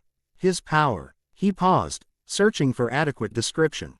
It felt almost like what I'm becoming, but darker. More predatory. Mei process. Ed this information with scholarly focus. The ancient texts speak of parallel worlds with different power systems, mana, ether, essence, spirit. Different expressions of the same fundamental cosmic energy. That's not all, Naruto added quietly. I saw beings observing from beyond, entities of immense power watching these battles like assessors. Some radiating light, others darkness. P.S. manifestations of the architect's influence. Mei suggested. Naruto shook his head. Different. The light beings called themselves rulers. The dark ones were monarchs, not the same as the dragon god monarch title. They seemed locked in ancient opposition, using these human hunters as proxies in their conflict. Before Mei could respond, an Anbu operative materialized beside them in a swirl of leaves. Despite the operative's mask, Naruto immediately identified him as Sai through his distinctive chakra signature. Lord Seventh requests your presence in the council chamber immediately, Sai announced formally. An urgent matter has arisen. Naruto exchanged glances with Mei. We'll be right there. As Sai disappeared, Naruto offered his hand to Mei. Shall we take the express route? She placed her hand in his with more confidence than during their first dimensional passage. Lead the way, Dragon God. With a thought, Naruto opened a small dimensional pathway, not the grand transition between distant locations but a minor folding of space that deposited them directly into the council chamber. The golden light of their arrival momentarily illuminated the room, causing several counselors to flinch in surprise. Kakashi sat at the head of the table, seemingly unruffled by their dramatic entrance. Naruto, Lady Terumi, thank you for joining us promptly. Around the table sat Konoha's leadership council, Shikamaru Nara, now chief advisor, Tsunade, attending in her capacity as former Hokage, representatives from each major clan, and several Anbu commanders. Their expressions ranged from fascination to undisguised unease. We've received troubling reports from our allies in the Land of Iron, Kakashi began without preamble. Phenomena similar to what occurred in the Land of Spring have manifested near their borders. But with a concerning difference. He activated a projection device, technology adopted from the Land of Spring, displaying images of a mountain range where dark, swirling energy formed a massive vortex in the sky. Unlike previous anomalies, this manifestation is expanding, Shikamaru explained, manipulating controls to show time-lapse footage. It's consumed 3 villages already. Not destroying them, erasing them. No debris, no traces, just absence where communities once stood. Naruto felt a chill of recognition. The primordial void. The council members exchanged alarmed glances. You know what this is? Tsunade demanded, fixing Naruto with an intense stare. I've been briefed on Naruto's evolution, Kakashi interjected diplomatically. But perhaps a more detailed explanation would benefit everyone. Naruto nodded, focusing on communicating complex cosmic concepts in accessible terms. During my transformation at the temple complex, I gained knowledge about forces beyond our world. The primordial void is the most ancient of these, the nothingness that preceded existence itself. It possesses consciousness and desires to reclaim all reality, returning everything to its original state of non-existence. You're suggesting this cosmic nothingness is attacking our world? An Inuzuka clan representative asked skeptically. Not directly, Mei answered, her political experience evident in her measured tone. Based on ancient texts and Naruto's insights, the void works through incremental encroachment, creating points of resonance that gradually expand. Exactly, Naruto confirmed. What we're seeing in the Land of Iron is likely a preliminary incursion, a test of resistance. And how do we resist nothingness itself? Shikamaru questioned pragmatically. That, Naruto said with grim determination, is why I'm becoming what I am. The dragon god Monarch exists specifically to counter such threats, to maintain the integrity of reality against forces that would unmake it. Silence fell across the chamber as council members absorbed the implications. Tsunade was first to break it, her medical mind focusing on practical concerns. You mentioned a transformation process with multiple stages. Have you completed this process? No, Naruto admitted. I've passed through only the first gateway. 2 more remain before my evolution is complete. Then you may not be equipped to confront this threat yet, Shikamaru observed with characteristic directness. Perhaps not at full capacity, Naruto acknowledged. But even partially evolved, I may be able to contain the incursion before it expands further. This isn't just about power, Mei added. The ancient texts emphasize understanding as much as ability. Each gateway provides knowledge essential for effectively countering cosmic threats. Kakashi considered this information thoughtfully. Then our priority should be supporting Naruto's content. UED evolution while containing immediate threats. What do you need from us, Naruto? The direct question caught him momentarily off guard. Despite his transformation, part of him remained the young Hinobi accustomed to receiving rather than directing missions. 2 things, he decided after brief consideration. First, establish a communication network between all 5 great nations to monitor and report similar phenomena. The void may create multiple incursion points simultaneously. Shikamaru nodded, already making notes. And second, freedom to move as needed, Naruto stated firmly. My evolution seems tied to specific cosmic convergence points that may appear anywhere. I need autonomy to investigate without diplomatic complications. Essentially, your requesting status is an independent agent beyond normal chain of command, Tsunade summarized, expression neutral but eyes shrewd. Yes, Naruto met her gaze directly. I remain loyal to Konoha and the allied shinobi forces. But my responsibility now extends beyond political boundaries. The council members exchanged uncertain glances, the implications of his request evident. Granting such autonomy would effectively see knowledge Naruto's transformation from shinobi to something beyond conventional authority structures. We've faced extinction-level threats before, Kakashi observed quietly. The 4th Ninja War taught us the value of cooperation beyond traditional boundaries. If Naruto says this threat surpasses even Kagaya, I'm inclined to trust his assessment. As am I, Tsunade agreed, surprising several counselors. I've known this brat since he was 12. His judgment has proven sound in situations where conventional wisdom failed. One by one, the council members signaled assent, some enthusiastically, others with clear reservations. When unanimous agreement was reached, Kakashi made it official. Naruto Uzumaki, you are hereby granted special autonomous status with authority to act across NTER national boundaries in matters relating to these cosmic threats. The Hidden Leaf pledges full support for your mission as, what was the term? Dragon God Monarch, Mei supplied. Indeed, Ashi's eye crinkled in what might have been amusement. Rather grandiose, but we've learned not to underestimate you, Naruto. The formal acknowledgement settled something within Naruto, a concern that his evolution might separate him from the village and people he'd sworn to protect.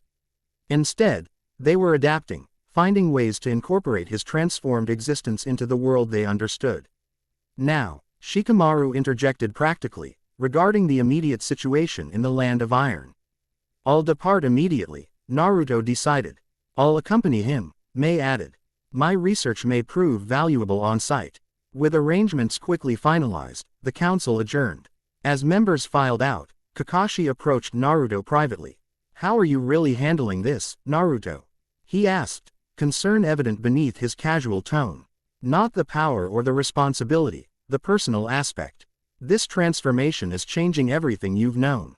The question touched Naruto deeply, a reminder that beneath titles and cosmic responsibility, personal connections remained his anchor.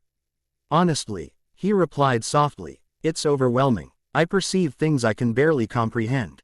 Knowledge flows into my consciousness that I never studied. And sometimes, he hesitated, sometimes I wonder if I'll still be me when it's finished. Kakashi rested a hand on his shoulder, a familiar gesture now carried out with noticeable caution. As though uncertain how Naruto's transformed being would respond to simple human contact. For what it's worth, the seventh Hokage said, I still see Naruto Uzumaki before me, just with fancier eyes and a more complex job description. Naruto laughed, a genuine sound that momentarily banished cosmic concerns. Thanks, Kakashi-sensei. I needed that. Go save reality, Kakashi replied with dry humor. Try not to rewrite too many natural laws in the process. The Land of Iron's perpetual winter had intensified around the anomaly, temperatures plummeting to levels that frosted even chakra-enhanced breath. Naruto and Mei materialized at coordinates provided by samurai scouts, a ridge overlooking a valley where swirling darkness consumed everything it touched.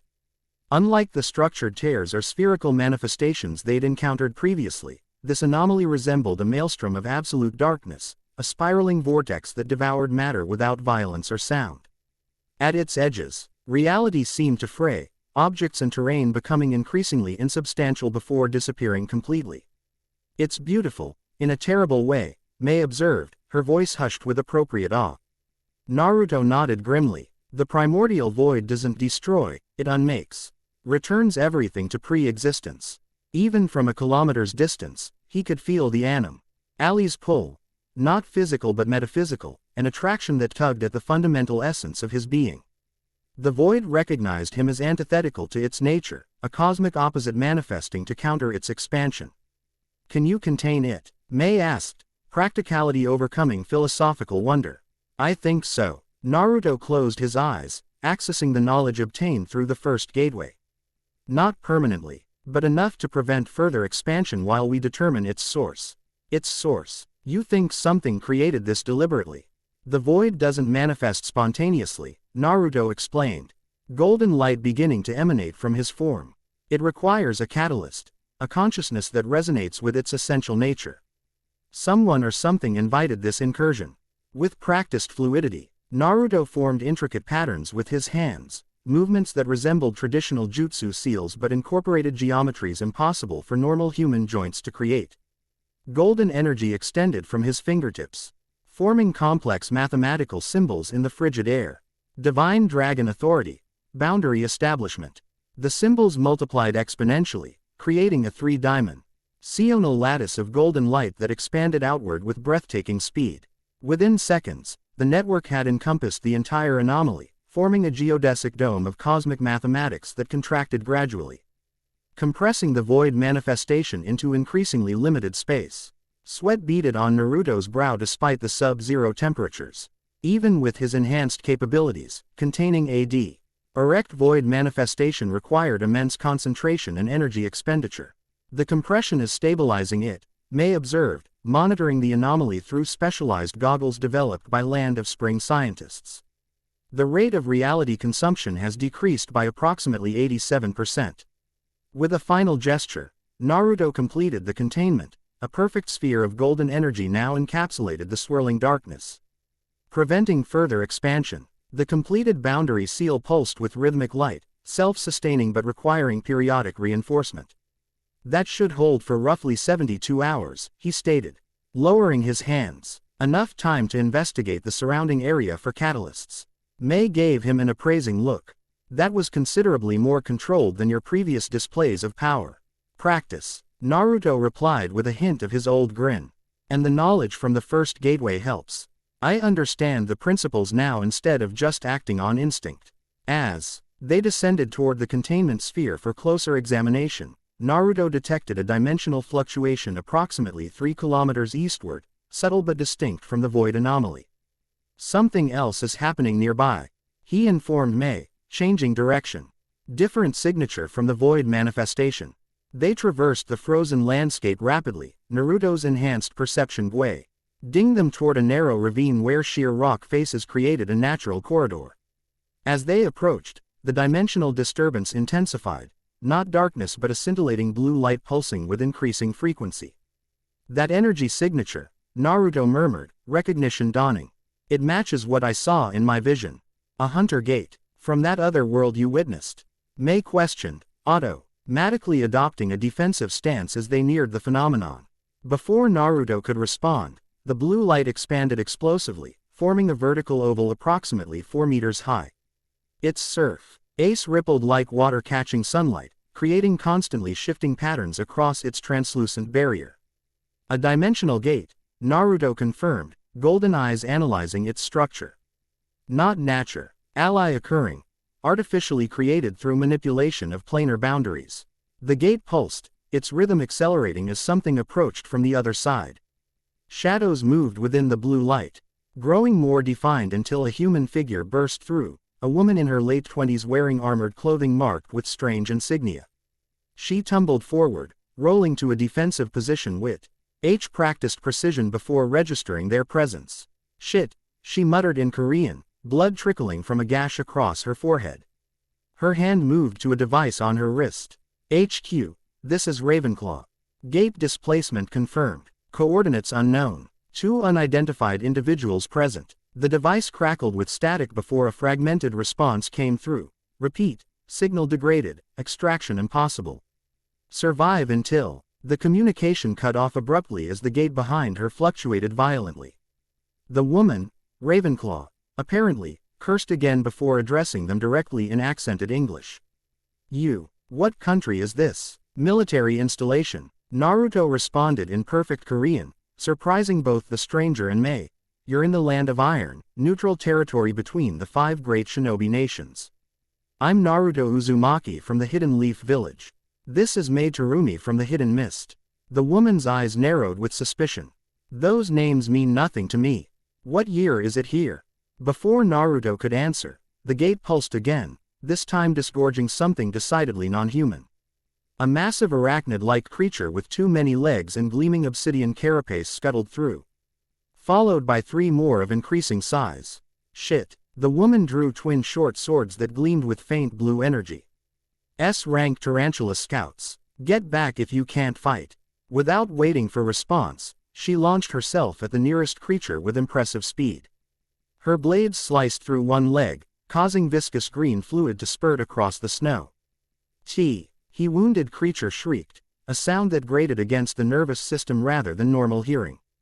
Naruto assessed the situation instantly. These creatures matched exactly those he'd witnessed in his vision, extra-dimensional entities that hunters regularly confronted. Their presence here indicated bleed through between worlds, likely connected to his own evolving cosmic status. Stay back, he instructed Mei, who had already prepared a lava release technique. Let me handle this. Golden light enveloped his form as he stepped forward. The creatures immediately redirected their attention toward him, sensory appendages quivering with evident recognition. Like the void manifestation, they perceived his nature as a fundamental threat. The largest creature, nearly 5 meters in diameter, launched itself directly at Naruto with shocking speed. Instead of evading, he raised one hand, golden energy coalescing around his palm. Divine Dragon Authority. Essence Disruption. A beam of concentrated golden light erupted from his hand, striking the creature mid-leap. Rather than causing external damage, the energy penetrated its form, illuminating the monster from within like a macabre lantern. For a heartbeat, its internal structure was visible, complex organs and systems unlike anything in Naruto's world. Then the creature simply unraveled, its component energies dispersing harmlessly into the atmosphere. The three remaining arachnids hesitated, primitive intelligence registering the threat. This momentary pause allowed the woman, Ravenclaw, to dispatch a second creature with surprising efficiency. Her blades piercing vital points with surgical precision. Naruto dispatched the remaining two with similar ease, golden energy dissolving their unnatural forms back into component mana. As the last creature dissipated, an unnatural silence fell across the ravine, broken only by Ravenclaw's measured breathing. She turned to face Naruto fully, blades still ready, eyes calculating. What the hell was that? That wasn't magic or ability manipulation I've ever seen. It's complicated, Naruto replied with intentional understatement. But I think I understand why you're here. The gate behind her pulsed again, its stability degrading rapidly. Naruto perceived its structural integrity failing, a consequence of crossing dimensional boundaries that weren't naturally aligned. The gate's collapsing, he warned. And when it does, the energy release could be catastrophic. Ravenclaw glanced back, professional assessment overriding personal confusion. Unstable planar harmonics. Seen it before. We've got maybe 2 minutes before critical failure. I can contain it, Naruto stated, already moving toward the fluctuating portal. But we should get clear of the immediate area. Containment won't work, she countered with certainty. Once planar decay begins, the energetic cascade is inevitable. Standard hunter protocol is scorched earth. Sacrifice the immediate area to prevent wider dimensional contamination. Perhaps in your world, Naruto responded with calm confidence. But we have different methods here. Golden energy already flowing from his hands. Naruto approached the destabilizing gate.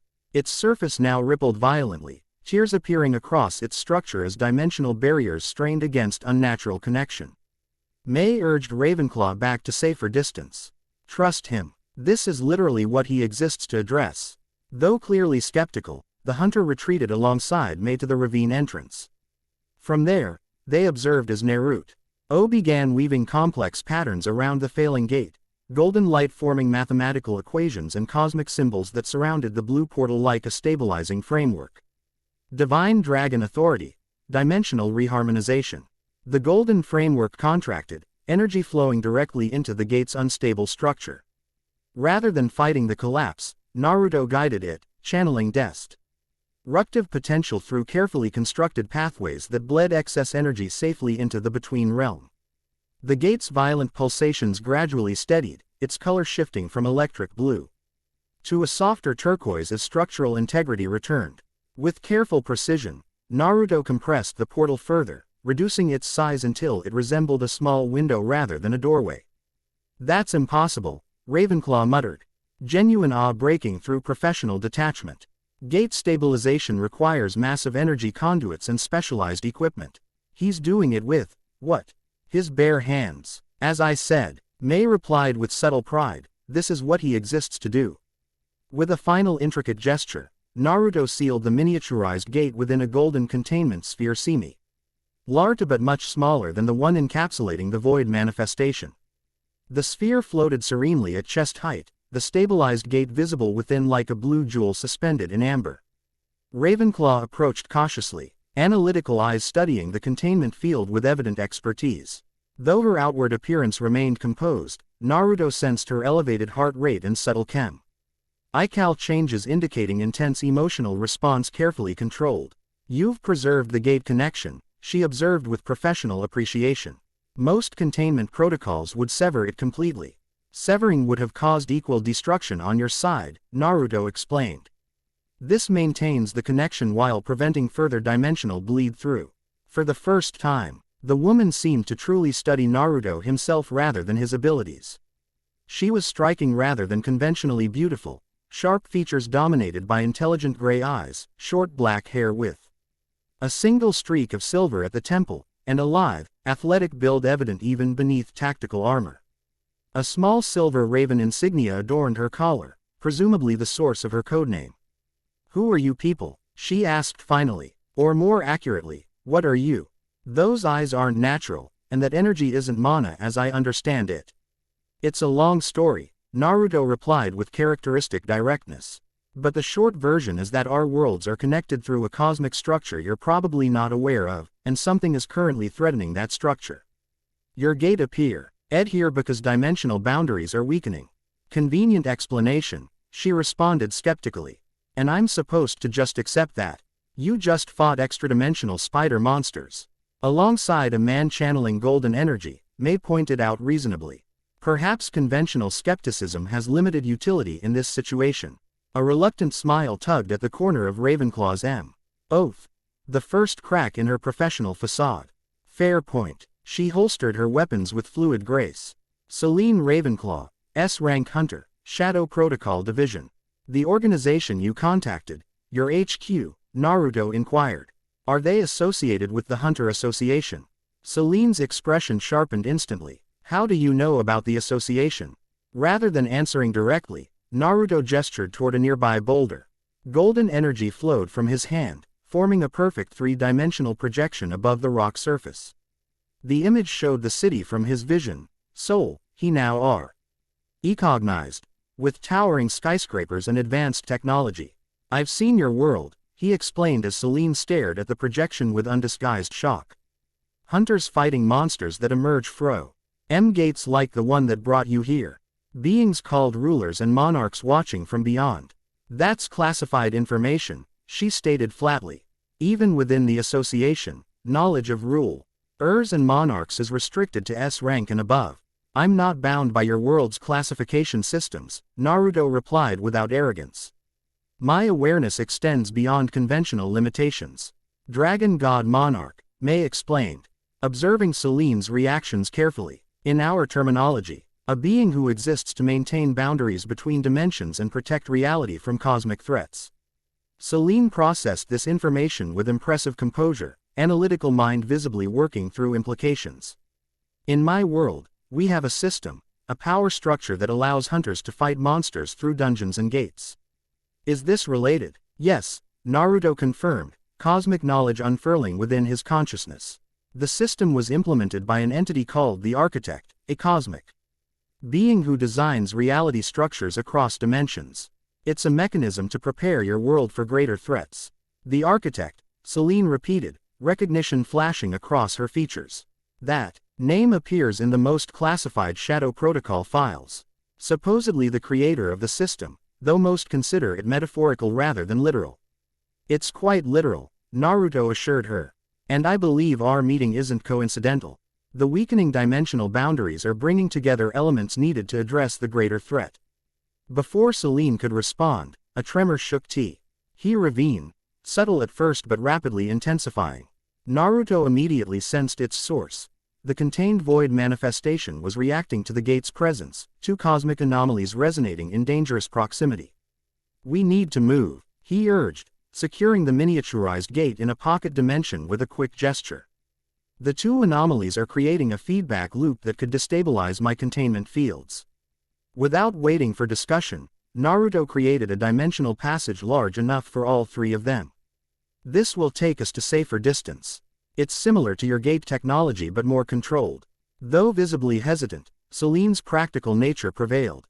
Lead the way, Dragon God. My alternatives seem limited anyway. The passage formed with golden light, creating a corridor through the between realm. As they traversed this non-space between dimensions, Naruto noticed Celine studying the surroundings with professional assessment rather than fear, cataloging details, analyzing structures, mentally filing information with impressive discipline. They emerged on a plateau several kilometers from both anomalies, where a temporary forward base had been established by Land of Iron Samurai. General Mifune himself stood at the command tent, expression betraying momentary surprise at their sudden appearance before composure returned. Uzumaki-san, the elderly samurai greeted with formal bow. Your containment of the anomaly has stabilized the immediate crisis. We are in your debt once again. The containment is temporary, Naruto cautioned. And we have another situation.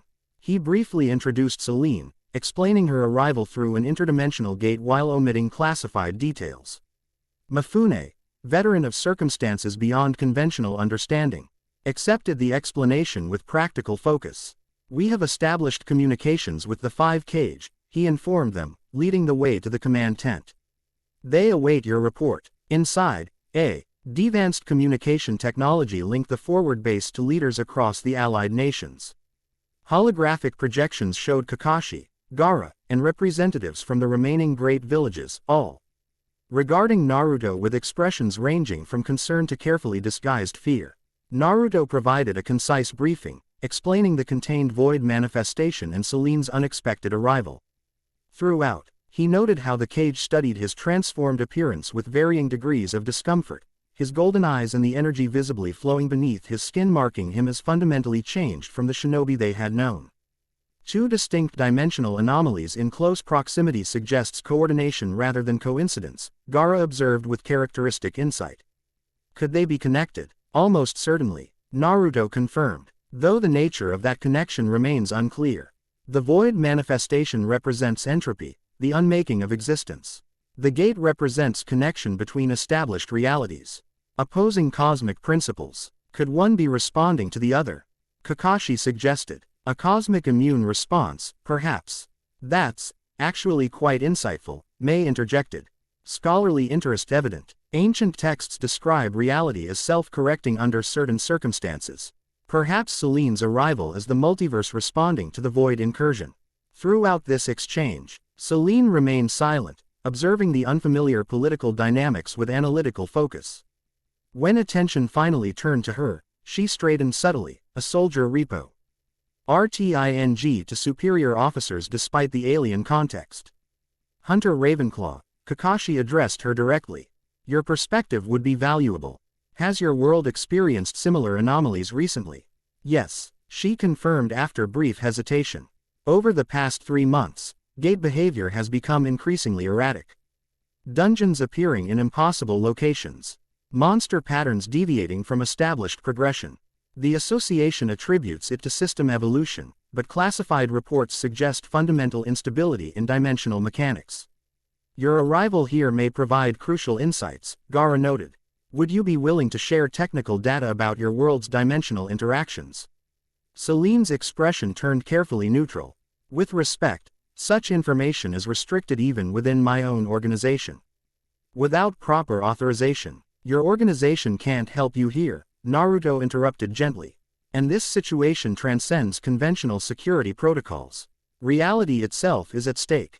A complex calculation played out behind her gray eyes, assessment of limited options balanced against professional obligation and personal survival. Finally, practicality won. I'll share what I can. She conceded, with the understanding that certain technologies remain classified regardless of circumstances. The briefing continued for another hour, Selene providing insights about her world's experiences with dimensional phenomena while carefully navigating classified boundaries. Throughout, Naruto observed her adaptive intelligence, quickly grasping unfamiliar concepts and integrating new information into existing knowledge frameworks with impressive efficiency. When the communication ended, Mifune offered hospitality at the forward base. We have limited accommodations, but you are welcome to rest here before your next steps. Thank you, Naruto accepted gratefully. We should monitor both anomalies overnight to ensure containment stability. As arrangements were made, Selene approached Naruto privately. These golden eyes of yours, they see more than normal vision, don't they? Yes, he acknowledged. I perceive energy patterns, dimensional resonances, and connections beyond physical space. Then you already know I'm not telling you everything, she stated flatly. Naruto smiled slightly. Yes, but I respect your reasons. Trust develops gradually, especially across dimensional boundaries. This response seemed to surprise her, perhaps expecting confrontation rather than understanding. My world has experienced betrayal by entities claiming cosmic authority. Caution seems reasonable. Absolutely, Naruto agreed. I expect skepticism, not blind faith. Judge by actions rather than explanations. A flicker of genuine emotion crossed her controlled features, appreciation for straightforward honesty. Fair approach. So what happens now? Am I stuck here permanently? No, Naruto assured her. The gate connection remains intact, just stabilized. Once we better understand what's happening, returning you home should be possible. He hesitated before adding, though I suspect your arrival here serves greater purpose than either of us yet understands.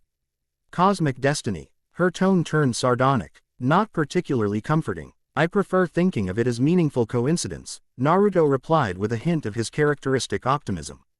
Less predetermination, more opportunity. For the first time, Celine's severe expression softened slightly. Interesting perspective from someone supposedly embodying cosmic authority. I'm still Naruto Uzumaki first, he replied with simple conviction. Dragon God Monarch second. This distinction seemed to register with unexpected significance for Celine, though she masked her reaction quickly behind professional composure. Well, Naruto Uzumaki, I look forward to seeing which proves more reliable, your cosmic authority or your human judgment. Night fell across the land of iron, stars emerging with brilliant clarity in the frigid air. Naruto stood alone at the edge of the plateau, monitoring both contained anomalies through his enhanced perception.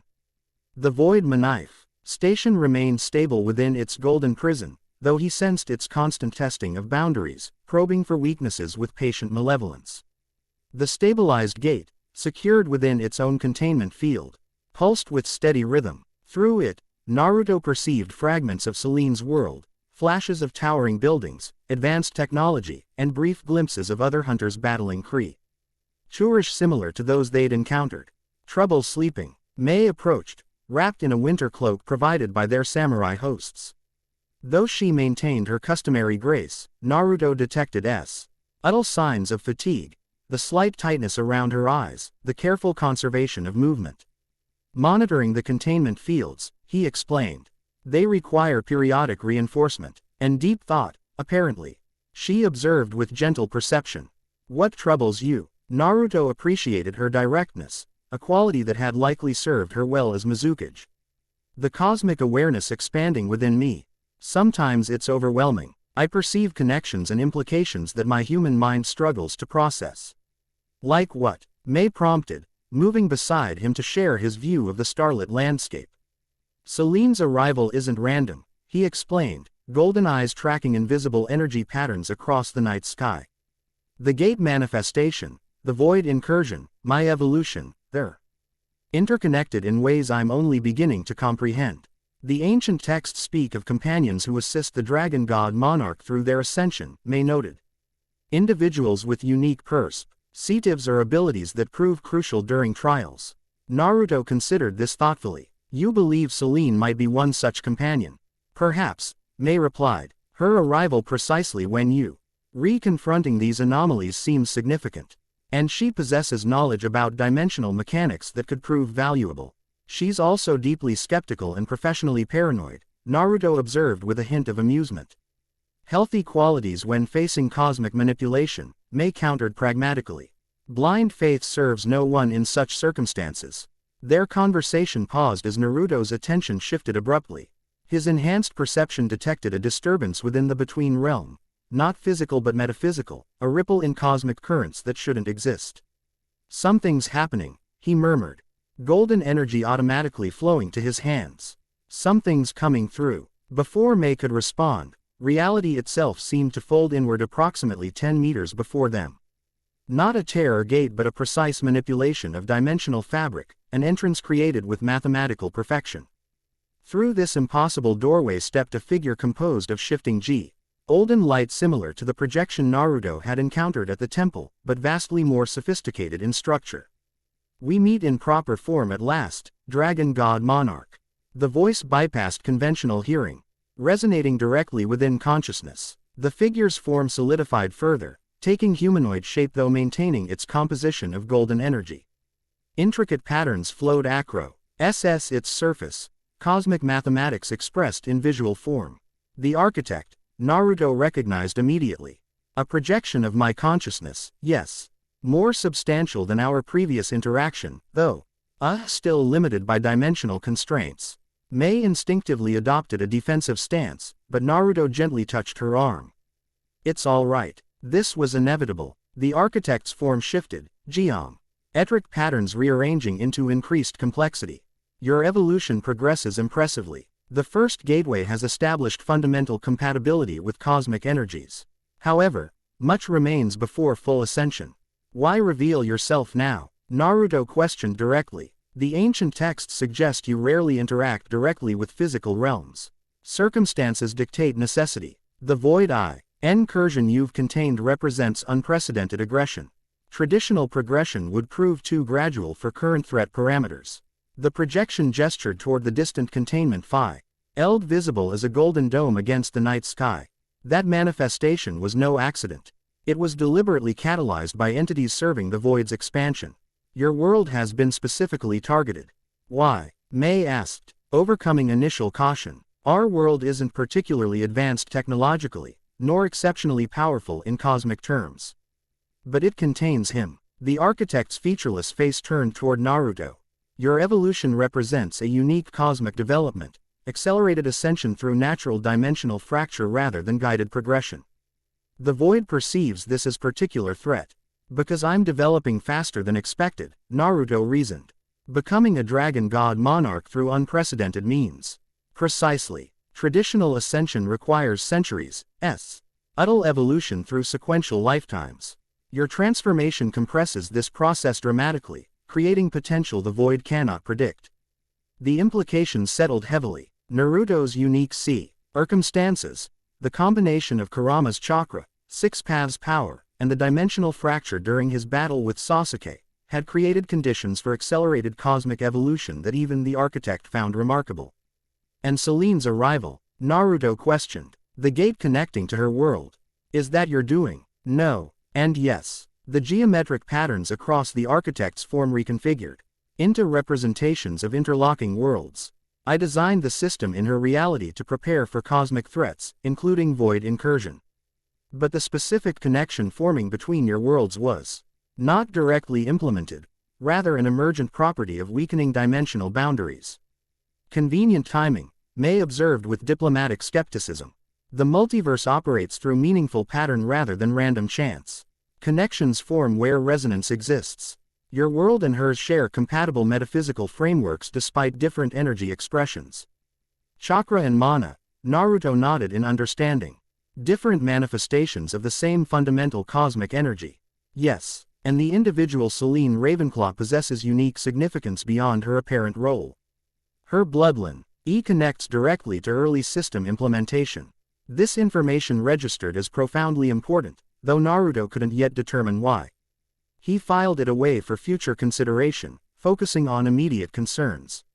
The void manifestation, you said it was deliberately catalyzed. By whom? The architect's form darkened momentarily, golden light dimming as though passing into shadow. Entit, i.e. you would term monarchs in Selene's world's terminology. Powerful beings who serve the void's expansion. They exist in opposition to rulers, who maintain reality's structural integrity. And where do you stand in this cosmic conflict? Naruto pressed, sensing deeper complexity. Beyond conventional opposition, the architect's response carried nuance beyond simple words. I design reality frameworks across dimensions, implementing systems that allow evolution toward cosmic balance. Neither rulers nor monarchs comprehend the ultimate pattern. And that pattern involves me becoming the dragon god monarch, Naruto concluded. A being who transcends the ruler-monarch dichotomy to establish new cosmic equilibrium. Your perception accelerates impressively. Something like approval colored the architect's communication. Yes, the dragon god monarch represents a third path, neither light nor shadow but integration of cosmic duality into transcendent wholeness. The projection gestured toward the starry expanse above, where patterns suddenly became visible to Naruto's enhanced perception, connections between dimensions forming a vast cosmic web. The second gateway awaits your readiness. Unlike the first, which tested physical capacity to channel cosmic energies, the second challenges mental frameworks, the ability to comprehend multiversal complexity without losing individual perspective. Where is this gateway? Naruto asked. And when will I be ready to attempt it? You will recognize the location when properly prepared. As for timing, the architect's form began to fade, dimensional doorway reopening behind it. Sooner than traditionally expected, given your accelerated development. But preparation remains essential. The hunter from beyond will play crucial role, as will the witness. May startled slightly at this designation. Witness, your research into ancient texts is no coincidence, May Terumi. The Dragon God Monarch requires witnesses who record and interpret their journey for future cycles. Your role has cosmic significance beyond apparent chance. Before further questions could be asked, the architect's form dissipated, golden light returning to the dimensional doorway which sealed itself with mathematical precision. In its wake, silence descended, the weight of cosmic revelation settling upon both Naruto and Mei. Well, Mei finally said with admirable composure, that was informative. If not entirely reassuring. Naruto nodded thoughtfully. The architect reveals what serves immediate purpose, not comprehensive truth. But confirming the connection between worlds helps explain Celine's arrival. Speaking of whom, Mei nodded toward the camp where a figure approached through darkness. It seems we're not the only ones with disrupted sleep patterns. Celine walked toward them with purposeful stride, dressed in the same tactical gear despite the late hour. As she neared, Naruto noted subtle signs of tension, elevated heart rate, muscle contractions suggesting readiness for action, pupils dilated despite low-light conditions. Trouble sleeping? Naruto echoed Mei's earlier question. Different dimensional resonance patterns, Celine replied pragmatically. My body's still operating on soul time. Plus, she added with dry understatement, interdimensional displacement tends to disrupt normal rest cycles. Her gaze shifted toward the space where the architect had appeared moments before. You had a visitor. Not a question but a statement of fact, confirming Naruto's suspicion that her hunter abilities included enhanced perception beyond normal human limitations. You saw? He asked. Not clearly, she admitted. A distortion pattern and golden light signature. But my hunter senses detected significant power condensation. Her eyes narrowed slightly. The architect. Yes, Naruto confirmed, seeing no reason for concealment. A projection of its consciousness, not full manifestation. Celine processed his information with remarkable equanimity. In my world, direct contact with system administrators is unprecedented. Even S-rank hunters only receive automated messages or standardized interfaces. Your world operates under different cosmic protocols, Mei explained. The system there was implemented with specific parameters that limit direct intervention. And why would that be? Celine's question carried subtle challenge beneath professional curiosity. Guided evolution versus direct manipulation, Naruto suggested, cosmic understanding unfolding within his consciousness. Your world is being prepared to face threats independently, developing collective strength through structured challenges. Like children raised in controlled environments, Celine observed with a hint of bitterness. Protected from full reality until deemed ready. An imperfect analogy, Mei countered gently. But not entirely inaccurate. Cosmic entities operate on timescales and with perspectives that their actions seem inscrutable from human viewpoints. Celine's attention remained focused on Naruto. And you, are you merely another cosmic entity with inscrutable motivations? The question cut to the heart of tensions Naruto himself had been wrestling with. How much of his humanity remained as cosmic awareness expanded within him?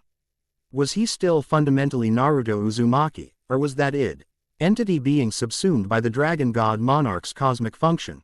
I'm becoming something beyond my original nature, he acknowledged honestly. But my core remains human, shaped by human experiences, connections, and values. That's what makes this evolution unprecedented, according to the architect. I'm ascending to cosmic function while retaining human perspective.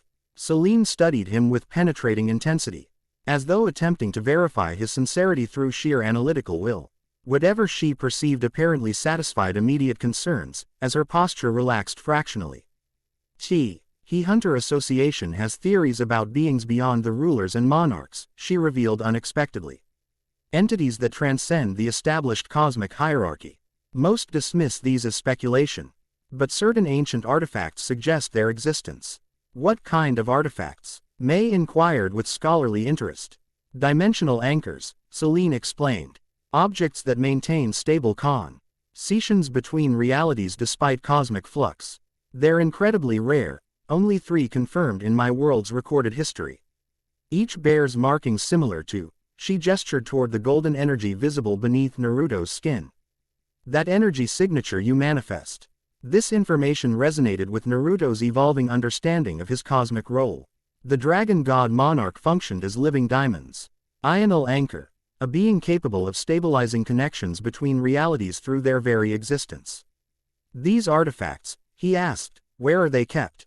One is secured in Association headquarters. Another was lost during an S-rank gate collapse 5 years ago. Celine hesitated before continuing. The third was in my family's possession for generations before being confiscated after she paused. Personal history briefly overriding professional detachment, the incident. What incident? May asked gently. Celine's expression closed immediately, analytical distance replacing momentary vulnerability. Classified information not relevant to current circumstances. Naruto sensed profound trauma beneath her controlled exterior, emotional scarring carefully compartmentalized but never truly healed. Rather than pressing further, he redirected conversation toward immediate concerns. The architect confirmed that the void manifestation was deliberately catalyzed, he informed Celine. By entities your world calls monarchs, beings who serve the void's expansion. This information visibly impacted her professional composure. Monarchs operating across dimensional boundaries. That contradicts everything we understand about their limitations. Traditional limitations are failing, Naruto explained grimly. The cosmic balance maintaining separation between realities is weakening, allowing cross-dimensional influence previously impossible.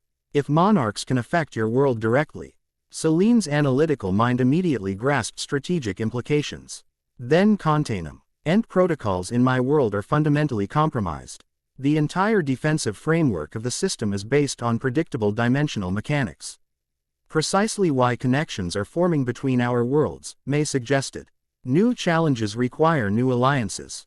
Celine paced several steps, processing information with military precision. I need to report this to my organization. The strategic implications are catastrophic. The gate connection remains stable within containment, Naruto assured her. Once we better understand these interactions, establishing communication should be possible. This practical approach seemed to satisfy immediate concerns, allowing Celine to refocus on tangible next steps rather than overwhelming cosmic implications. Her adaptability impressed Naruto, the capacity to integrate paradigm-shifting revelations without paralysis or denial. The containment fields require regular reinforcement, he continued. I should perform the next sequence now to maintain stability. As if responding to his statement, distant golden light pulsed above the void manifestation, subtle fluctuations indicating decreasing field integrity. Naruto immediately extended his perception toward the anomaly, sensing growing pressure against containment boundaries. Something's changed, he muttered, cosmic awareness detecting subtle shift in energy patterns. The void manifestation is becoming more active. Without further explanation, he created a dimensional passage connecting their current location to the anomaly perimeter. Stay here, he instructed. This requires direct intervention. I'm coming with you, both women stated simultaneously, then exchanged surprised glances at their synchronicity. The architect designated me witness, May pointed out reasonably. I can't fulfill that function from a distance. And my hunter abilities include dimensional energy assessment, Celine added practically. I might detect patterns you'd miss.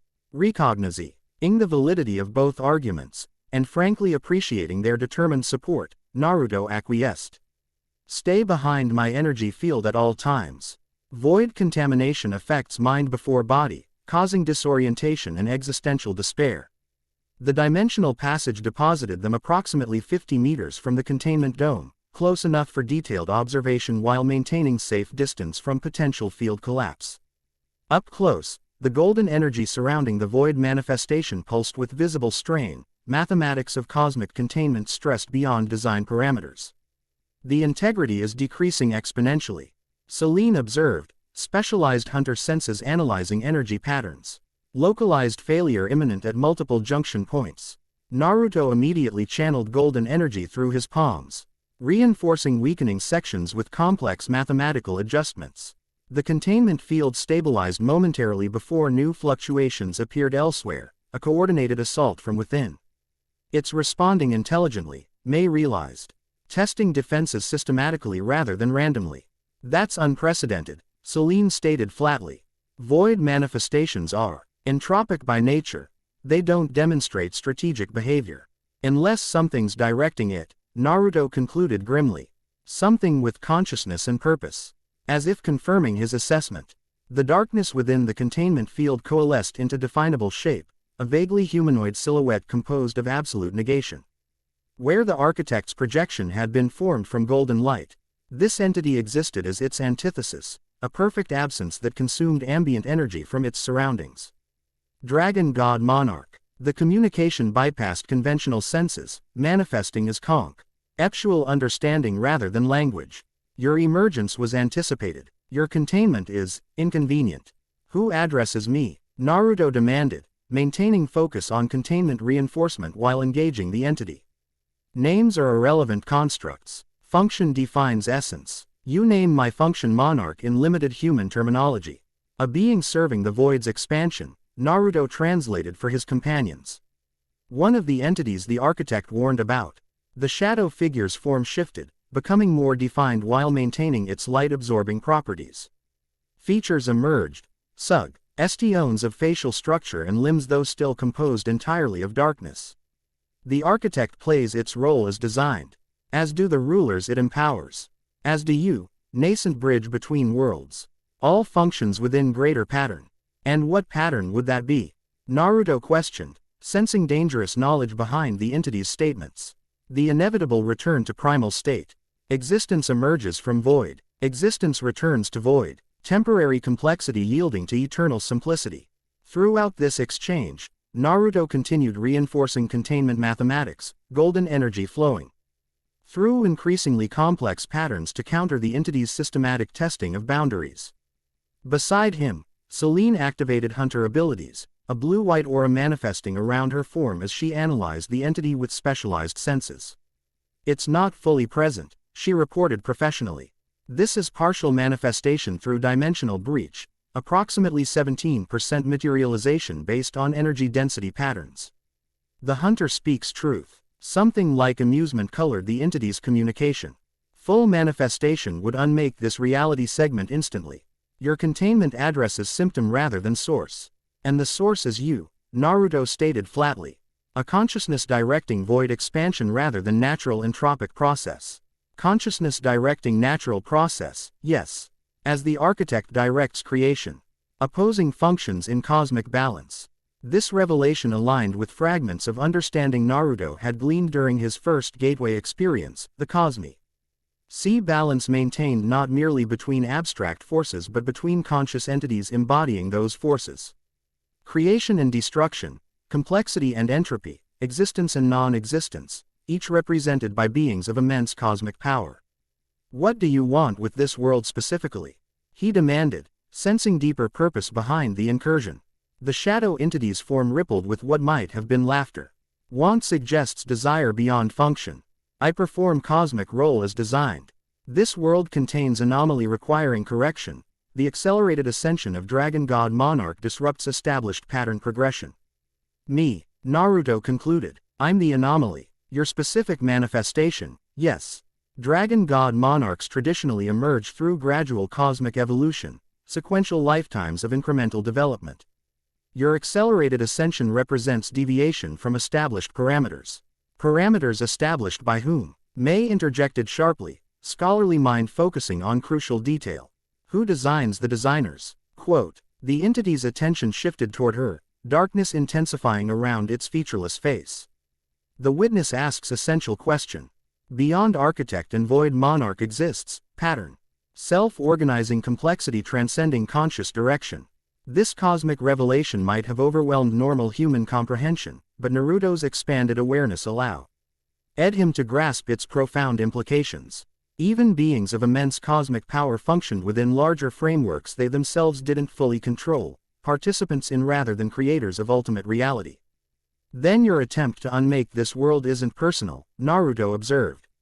Just functional. Correct. Anomalies require correction. Accelerated Dragon God Monarch represents unprecedented variable. Variables introduce instability. Instability threatens pattern integrity. Throughout this philosophical exchange, Naruto continued reinforcing containment mathematics with increasing complexity. Golden energy forming networks of cosmic equations that systematically countered the entity's attempts at boundary degradation. However, he recognized the fundamental limitation of this approach. Containment addressed manifestation rather than source. A strategy formulated within his expanding consciousness, not elimination but redirection. Divine Dragon Authority. Void transference. Gold. Energy reconfigured around the containment sphere, mathematics shifting from simple boundary enforcement to complex dimensional redirection. Rather than merely containing the void manifestation, Naruto began channeling its entropic energy through carefully constructed pathways, bleeding destructive potential into uninhabited dimensional pockets where it could harmlessly dissipate. The shadow entity's form fluctuated violently as its connection to the void manifestation weakened. Impressive adaptation. Your functional capacity exceeds preliminary assessment. I'm full of surprises, Naruto replied with a hint of his characteristic determination. And I protect my world regardless of cosmic pattern deviations. Protection delays inevitable progression. Pattern completion requires your eventuation or removal. I choose eventuation on my terms, Naruto countered, golden energy intensifying around his form. Not according to your functional parameters. With this declaration, he completed the transference matrix, a perfect mathematical construct that systematically redirected void energy away from physical reality into dimensional buffer zones. The shadow entity's form began dissipating. Connection to physical manifestation weakening beyond sustainable threshold. Initial interaction concludes as anticipated, the entity communicated as its form faded. Assessment complete. Adaptation forthcoming. Intel convergence. Dragon God Monarch. With these ominous words, the shadow dissipated completely. The void manifestation within the containment field lost coherence, dissolving into formless darkness before gradually dissipating into ambient energy. Within minutes, the anomaly had been completely neutralized, golden containment field no longer necessary. Naruto lowered his hands, cosmic energy slowly receding beneath his skin as immediate threat passed. The confrontation had required significant power expenditure, though far less than his initial containment effort thanks to improved understanding of cosmic principles. That was a monarch? Celine asked, professional detachment failing to completely mask underlying tension. An actual manifested monarch from beyond dimensional boundaries. A projection of one, Naruto confirmed. Like the architect, it couldn't fully materialize in our reality without catastrophic consequences. It seemed reasonable, May observed with scholarly precision. Not malevolent in conventional sense but functionally opposed to anomalous development. Cosmic entities rarely operate within human moral frameworks, Naruto echoed the architect's earlier warning. Their perspectives and purposes transcend conventional ethics. Celine paced several steps, analytical mind processing implications. In my world, monarchs are presented as existential threats requiring absolute opposition. This entity seemed almost bureaucratic, performing assigned function within established parameters. Because that's precisely what it is, Naruto explained. Cosmic understanding continuing to unfold within his consciousness. Monarchs serve the void's expansion as rulers serve reality's preservation. Neither good nor evil in human terms, opposing cosmic functions maintaining greater balance. And you, Celine fixed him with penetrating assessment. Where does the dragon god monarch fit within this cosmic bureaucracy? It was a profound question that resonated with Naruto's own evolving understanding of his role. The knowledge gained through the first gateway provided partial answer, but true comprehension would require further ascension. Integration rather than opposition, he replied thoughtfully. A third path beyond the ruler-monarch dichotomy. Not preserving reality as static construct or returning it to primal void, but guiding its evolution toward greater harmony. Harmony between what, exactly? May questioned, scholarly precision cutting to philosophical core. Between all aspects of cosmic expression, Naruto answered. Golden eyes reflecting starlight as he gazed toward the horizon where dawn approached. Creation and destruction, complexity and simplicity, connection and individuation. The dragon god monarch doesn't choose sides in cosmic conflict, they transcend the very concept of opposition. This explanation, while conceptually accurate, felt incomplete even to Naruto himself. His understanding remained partial, fragments of cosmic truth glimpsed through still developing awareness. Full comprehension would require passage through remaining gateways and complete ascension to his cosmic function. As golden light crept across the eastern horizon, Naruto sensed subtle shift in dimensional currents, not threatening but significant. His enhanced perception detected increased resonance between worlds. Connections strengthening rather than degrading. Something's changing, he murmured, focusing cosmic awareness on emerging pattern. The confrontation with the Void Monarch has accelerated dimensional alignment. Is that good or bad? Celine asked pragmatically. Neither. Both. It's progression. Naruto turned toward his companions, decision crystallizing. We need to return to Konoha immediately. The second gateway is revealing itself sooner than expected. Already, Mei's surprise reflected legitimate concern. The text suggests significant recovery period between ways. Time for integration and preparation. Accelerated ascension, Naruto reminded her. The very anomaly the Void Monarch identified as threatening cosmic pattern. Traditional progression no longer applies. Without further discussion, he created dimensional passage connecting directly to Konoha. As golden light enveloped the trio, Naruto's cosmic awareness expanded momentarily, perceiving just their immediate surroundings but the vast web of interconnected realities beyond. Within this multiversal tapestry, he sensed distinct resonance patterns forming between specific points, cosmic alignments preparing for the next stage of his extraordinary evolution. The Dragon God Monarch's journey had only just begun, and reality itself responded to his awakening presence. Chapter 2 and Chapter 3, Echoes Across Worlds. Konoha's research division had never seen such activity.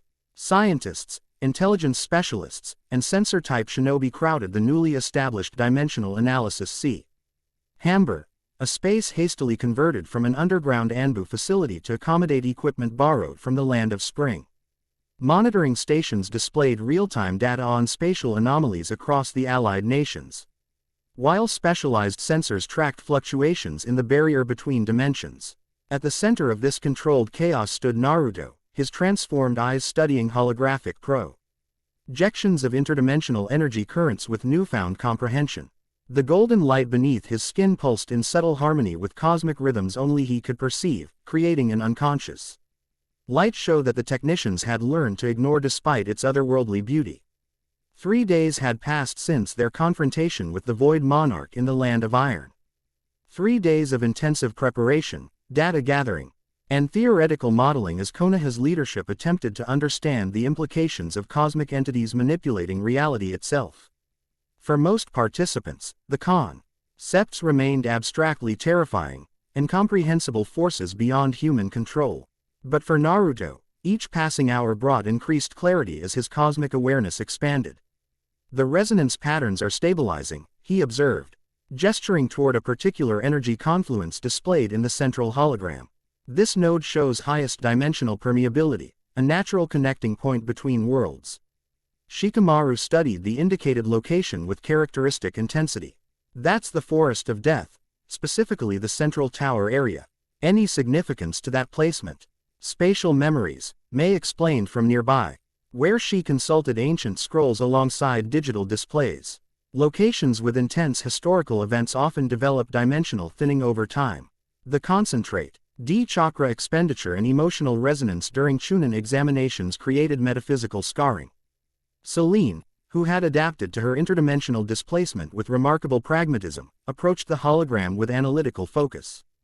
During their short time in Konoha, she had exchanged her damaged tactical gear for clothing that blended functionality with local aesthetics, dark-fitted pants, and a high-collared jacket reminiscent of Anbu designs but incorporating elements from her world's hunter attire. In my world, dungeons frequently manifest near historical battlegrounds or places with significant emotional imprints. She observed. The system seems drawn to locations with heightened metaphysical energy. The system and chakra networks function through similar principles despite different expressions. Naruto confirmed. Both channel cosmic energy through localized physical frameworks. He turned to address the assembled specialists, automatically assuming leadership role without conscious intent. The dimensional thinning at the Forest of Death provides opportunity. We can establish controlled connection between worlds, specifically between here and Celine's reality. Is that wise? Shikamaru questioned, ever the strategic thinker. The Void Monarch specifically targeted you for creating interdimensional instability. Wouldn't deliberate connection between worlds accelerate that problem? Counterintuitively, No, Naruto replied. Uncontrolled dimensional bleeding causes instability. Properly structured connections actually reinforce cosmic architecture, like support beams strengthening a building rather than compromising it. The explanation, while simplified, represented genuine cosmic understanding developing through his partial ascension. The first Ga, Tui had provided fundamental knowledge about dimensional mechanics that continued unfolding within his expanding consciousness. There's another consideration, Mei added, scholarly precision complementing Naruto's intuitive grasp. The ancient texts describe harmonious resonance between worlds as essential for the dragon god Monarch's full ascension.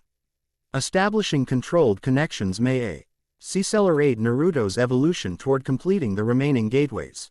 Shikamaru processed this information with visible calculation, weighing risks against potential benefits with the strategic brilliance that had made him Konoha's chief advisor despite his relative youth.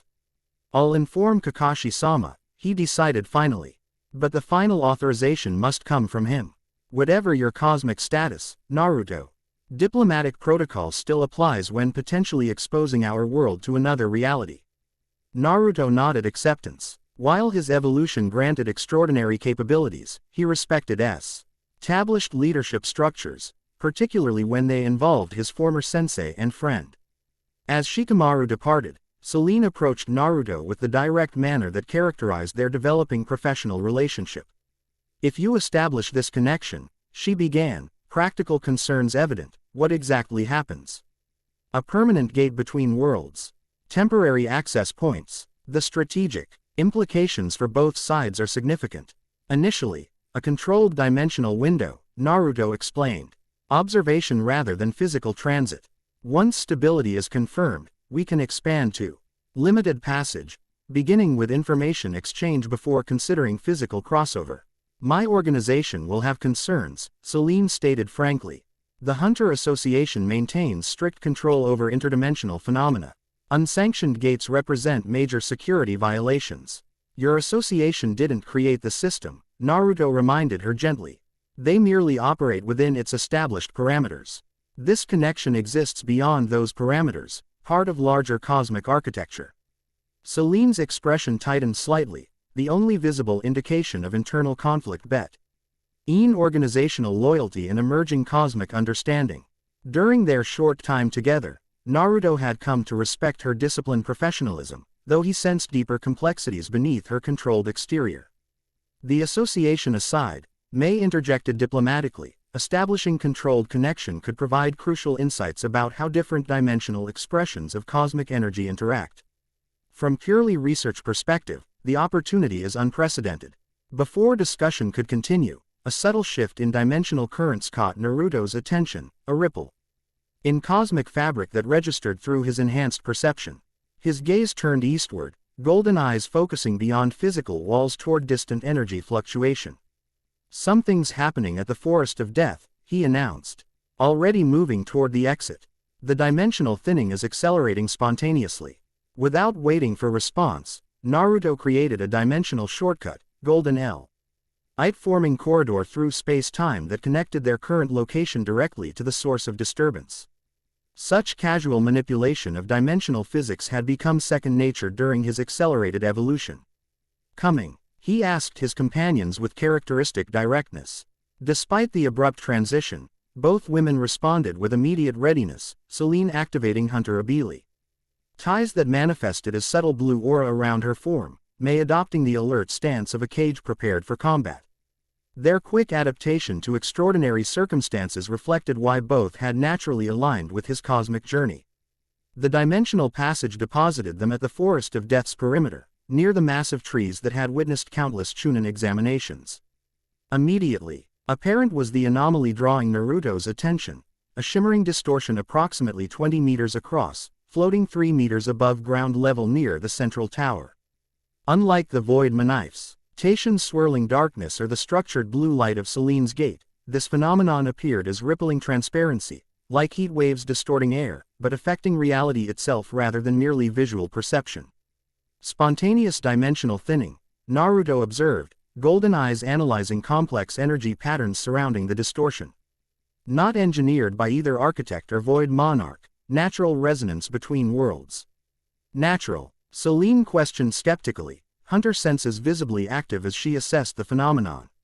In my experience, interdimensional events are never truly natural. Something always catalyzes them. In this case, May suggested, scholarly mind processing observations, perhaps Naruto himself is the catalyst. His evolution toward Dragon God Monarch Sta. Chus may be creating sympathetic resonance between dimensions. She's right, Naruto realized, cosmic awareness expanding to encompass the anomaly's true nature. I'm unconsciously establishing Seishin points between realities as my perception extends across dimensional boundaries. This manifestation represents bridge forming between our world and Celine's. As if confirming his assessment, the distortion's pattern shifted. Transparency giving way to fragmentary glimpses of another reality, flashes of urban landscape, technological elements vastly different from Konoha's infrastructure, and momentary figures moving with purpose through unfamiliar streets. That's Seoul, Celine confirmed, professional detachment momentarily overwhelmed by recognition.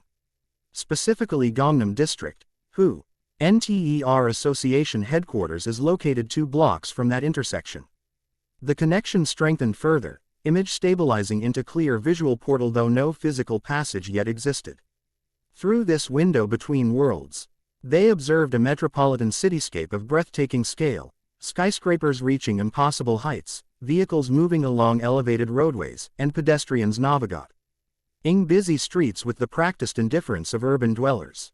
Most striking, however, was what occurred at the center of their view, a massive gate manifestation similar to what had brought Celine to their world, but vastly larger in scale. Glowing blue energy formed vertical oval nearly 30 meters high in the middle of a major intersection, causing immediate panic among civilians while black uniformed personnel established perimeter with practiced efficiency. An S-ranked gate, Celine identified immediately, professional assessment overriding personal reaction. Possibly SS rank based on energy density. That evacuation protocol indicates Hunter Association as treating it as major threat. Through the dimensional window, they watched as civilians were efficiently removed from danger zone while specialized vehicles and equipment were deployed around the gate perimeter. Teams in distinctive armor, hunters, Naruto recognized from his visions, took position in tactical formation. Can they see us? May questioned, noting how personnel moved with no acknowledgement of the dimensional window through which they observed. No, Naruto answered, this connection remains one way until deliberately expanded. We're essentially viewing dimensional television rather than creating actual doorway. The soul gate pulsed with increasing intensity, energy patterns indicating imminent activation. Celine's posture tensed visibly, professional knowledge recognizing danger before manifestation. That gate's becoming unstable, she stated with clipped precision. Energy harmonics sug, Saint multiple high-level entities attempting simultaneous emergence. Standard containment protocols will be inadequate. Even as she spoke, the gate's blue surface rippled violently. Massive shadow forms became visible within, entities of significant size and power preparing to enter physical reality. The hunter teams adjusted formation in response, weapons and abilities activating in coordinated defense. They're outmatched, Celine assessed grimly. That formation is designed for maximum 3S rank entities. The energy signature suggests at least 7. Naruto's cosmic awareness confirmed her analysis while providing deeper insight. The soul gate represented no random monster emergence but coordinated assault. The timing and location suggested deliberate targeting, possibly connected to his own evolutionary process. I can help them, he decided, golden energy already flowing to his hands. By expanding this dimensional window into controlled passage, that would represent unprecedented interdimensional intervention. May cautioned, though her tone indicated analysis rather than opposition. The diplomatic implications alone. People will die otherwise, Naruto stated simply. Compassion overriding cosmic complexity. Despite his evolution toward transcendent status, core values remained unchanged. Protection of innocent life superseded abstract concerns about dimensional protocols. Without waiting for further discussion, Naruto channeled golden energy through precise mathematical patterns, cosmic equations that systematically transformed observational window into functional gateway. The dimensional distortion responded immediately, rippling surface solidifying into structured passage that connected Forest of Death directly to Soul intersection. Divine Dragon Authority, bridge between worlds. The completed passage manifested as golden archway framing view of Soul's cityscape.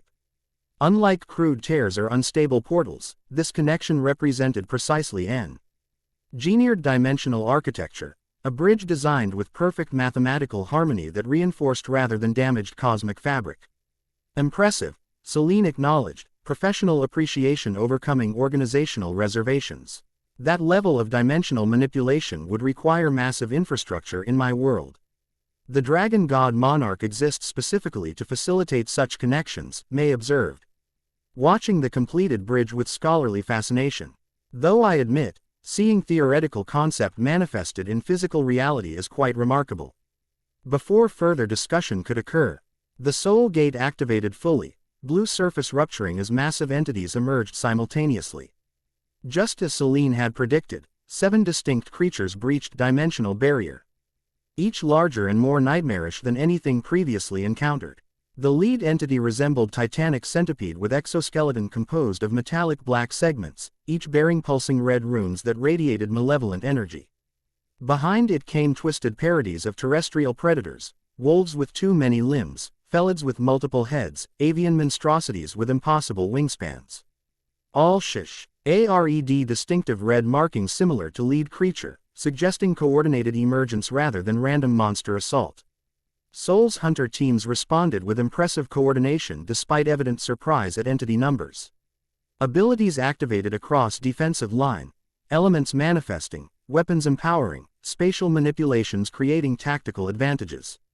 Yet even through dimensional window, outcome appeared grimly predictable. The creatures, coordinated movements and shared runic markings indicated intelligence beyond normal monster behavior. Those aren't random dungeon entities, Celine stated.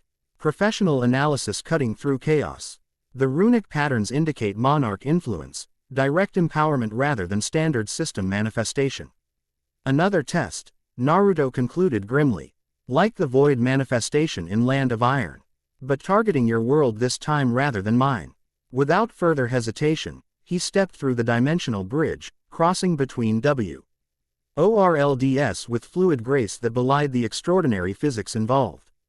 Golden energy flowed around his form as he entered soul reality, cosmic awareness automatically adjusting to different dimensional frequency.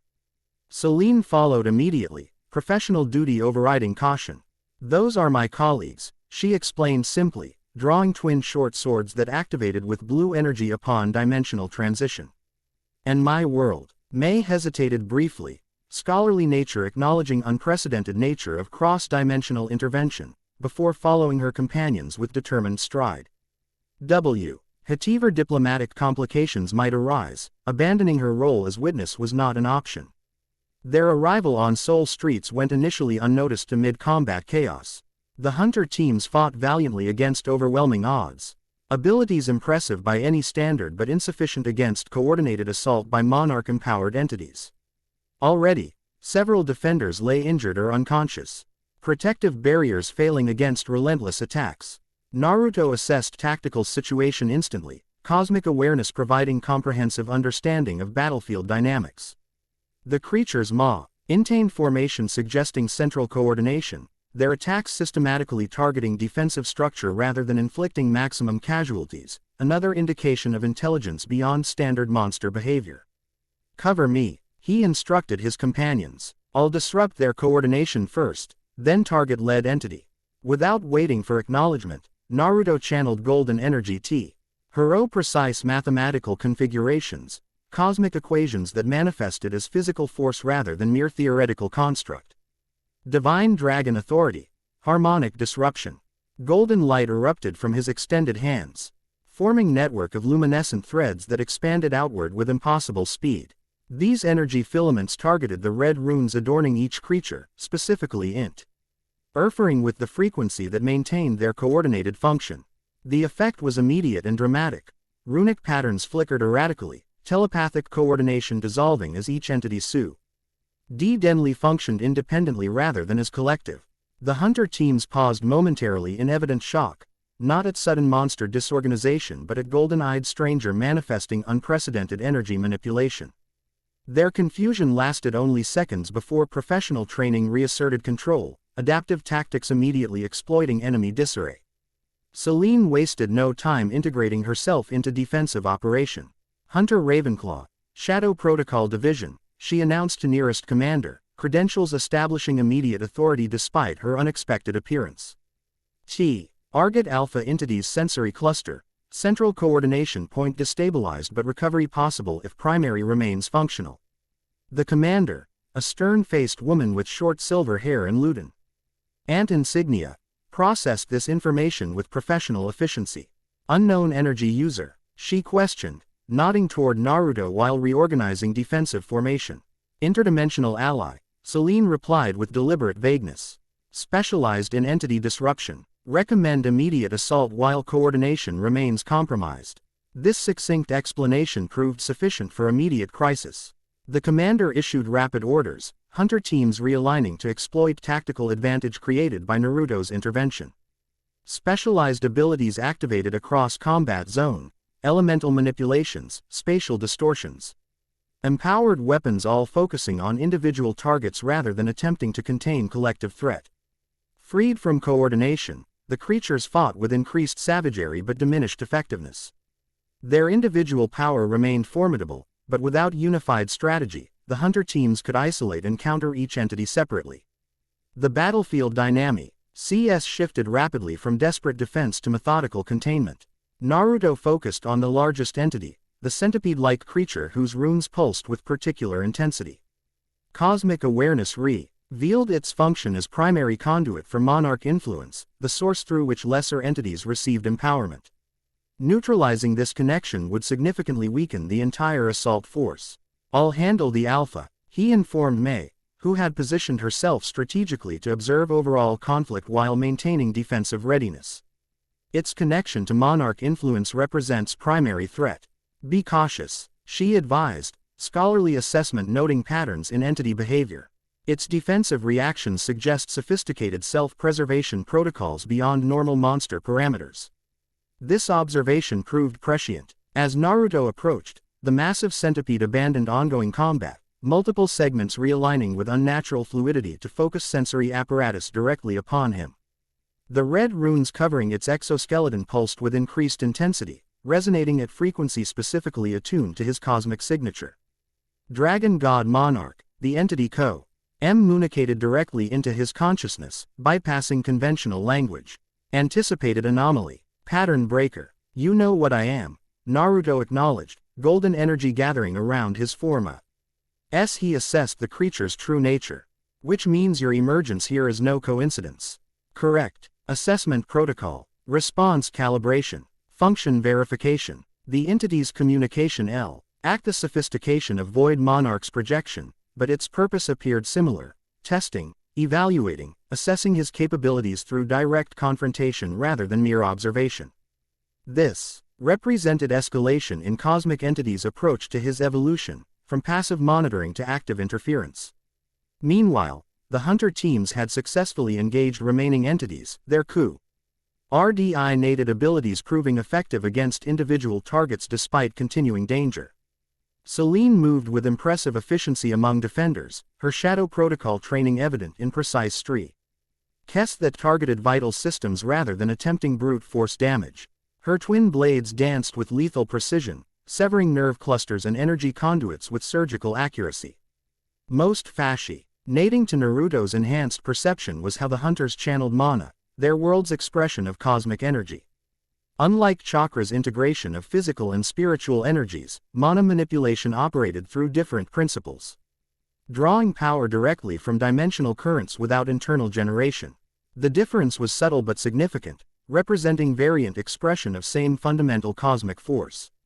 The alpha entity suddenly lunged, massive segmented body propelling forward with shocking speed despite enormous bulk. Rather than evading, Naruto met the attack directly, Elden energy forming protective field around his form as he engaged the creature at close range. Divine Dragon Authority, Essence Analysis. Upon contact, his cosmic awareness penetrated the entity's constructed form, perceiving its true nature beneath physical manifestation. Unlike natural creatures evolved through biological processes, this being represented artificial construct, consciousness, imposed upon created vessel rather than emerging through natural development. The red runes functioned as connective framework binding foreign awareness to physical form, allowing Monarch influence to operate directly within material reality. Understanding its structure provided immediate tactical advantage. Naruto adjusted golden energy frequency to specifically target connection points between imposed consciousness and physical vessel, disrupting the metaphysical binding that maintained its function. The entity recognized this threat instantly, segmented body contorting into defensive conference figuration as runic patterns shifted to counter his interference. What followed resembled mathematical debate expressed through energy manipulation, Naruto's golden equations systematically dismantling the creature's runic bindings while its monarch-derived programming attempted adaptive reconfiguration. The entities trying to evolve mid-combat, May observed with scholarly precision from nearby, where she maintained protective barrier against lesser monsters using lava release techniques, rewriting its own structural parameters to counter your approach. Standard Monarch adaptation protocol, Selene confirmed, rejoining them after dispatching smaller entity with efficient brutality. Shadow Protocol has documented similar behavior in high-rank manifestations with direct Monarch connection. Naruto adjusted his strategy accordingly, golden energy shifting from direct disruption to systematic isolation, separating the entity's components into non-communicating segments rather than attempting complete neutralization. This approach prevented adaptive reconfiguration by interrupting information transfer between segments, effectively paralyzing the creature despite continued consciousness. Divine Dragon Authority, Partition Seal. Golden light formed geometric network around the entity's massive form, mathematical barriers separating each segment into isolated containment. The creature's movement ceased immediately, each section now functioning independently without coordinated purpose. The red runes flickered erratically before dimming to dull crimson, Monarch influence S. Everly diminished through connection disruption. With primary threat contained, Naruto turned attention to overall battlefield. The hunter teams had successfully neutralized 3 lesser entities Eel containing remaining 3 within specialized barrier techniques. Casualties appeared significant but not catastrophic, approximately 7 hunters severely injured with perhaps 20 sustaining minor wounds. Given initial threat assessment, this outcome represented remarkable success. The commander who had spoken with Selene approached their position, professional composure maintained despite evident fatigue and minor injuries. Up close, Naruto noted distinctive insignia indicating elite status beyond regular hunter hierarchy. Lieutenant Cha Hae-in, Selene identified with formal respect. S-rank hunter, Scent Division. The woman nodded acknowledgement, sharp eyes assessing Naruto with professional calculation before addressing Selene directly. Ravenclaw, your disappearance caused significant concern. The association declared Yumiya presumed Kia after gate collapse 3 days ago. Interdimensional displacement rather than death, Selene explained with uncharacteristic brevity. Full report pending appropriate security clearance.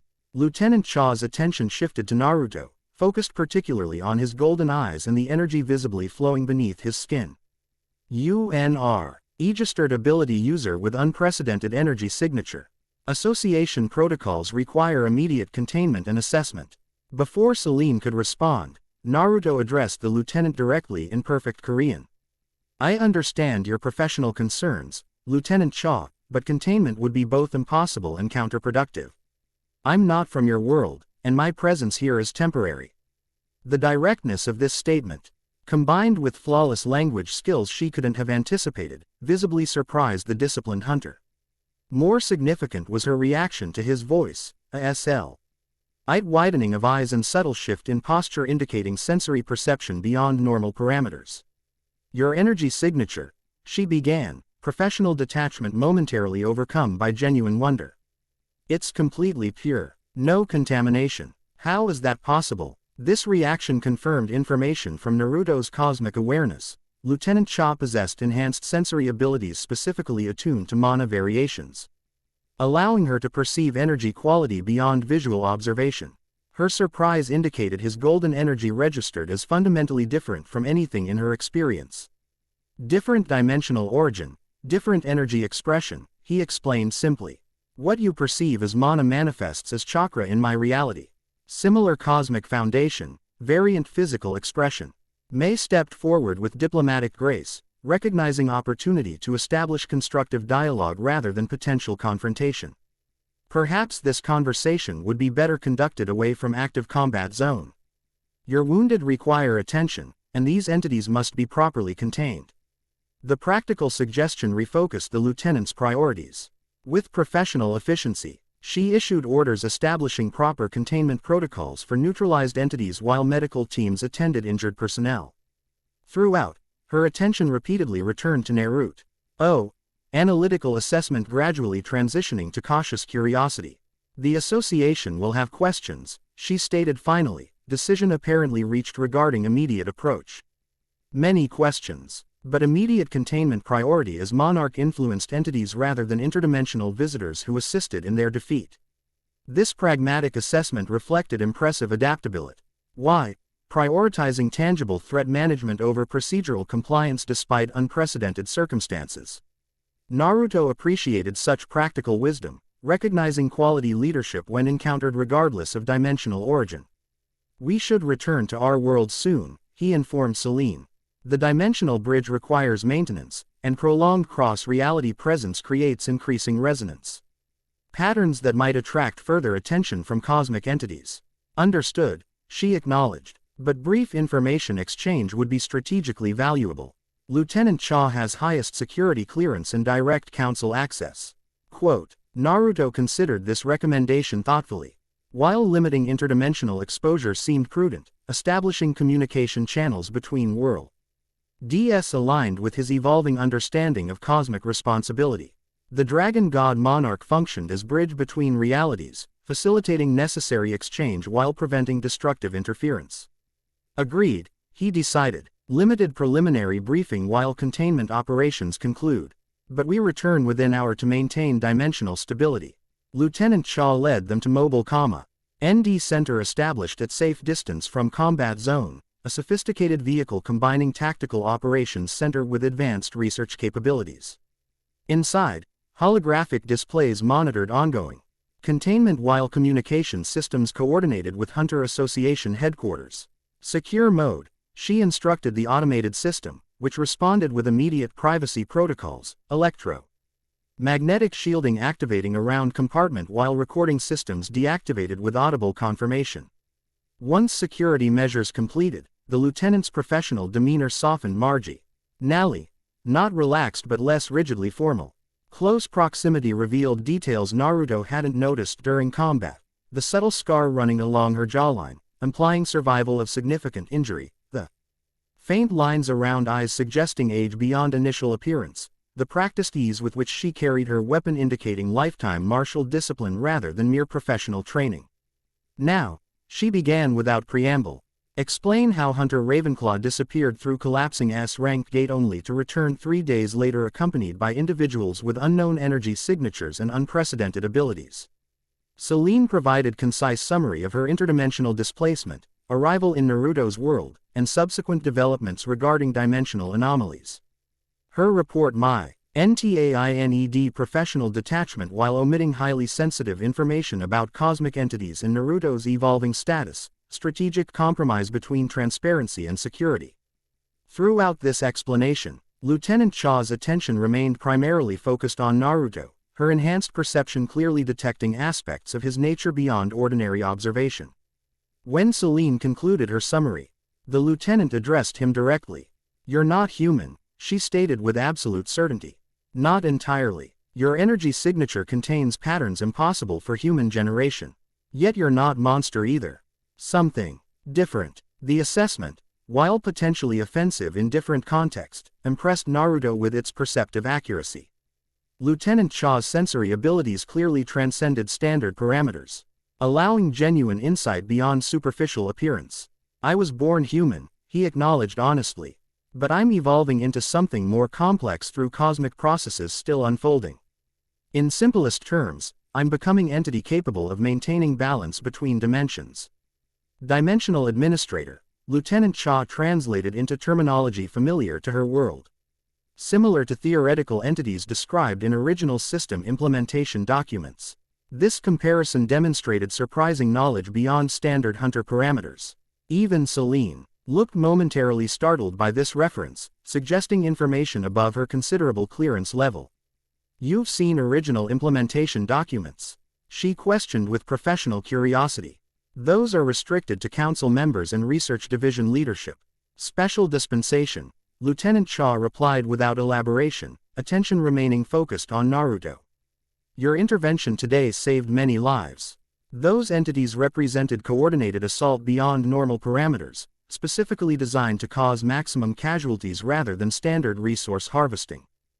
They were sent to evaluate Hunter defensive capabilities," Naruto confirmed, cosmic awareness providing deeper insight than normal observation could access. "The Monarchs are testing your world's resistance thresholds while simultaneously assessing my evolutionary development." This statement clearly crossed informational boundaries Celine had carefully maintained. Lieutenant Shaw's expression shifted subtly, surprise quickly controlled but definitely registered. "You know about monarchs," she stated rather than questioned, "and speak of them as active directors rather than abstract influences. The cosmic hierarchy is more direct than your association acknowledges," Naruto replied, deciding limited truth served better than comfortable fiction. "Rulers and monarchs represent opposing cosm. I see functions actively influencing reality progression rather than passive mythological constructs." Lieutenant Shaw processed this information with remarkable composure despite its paradigm-shifting implications.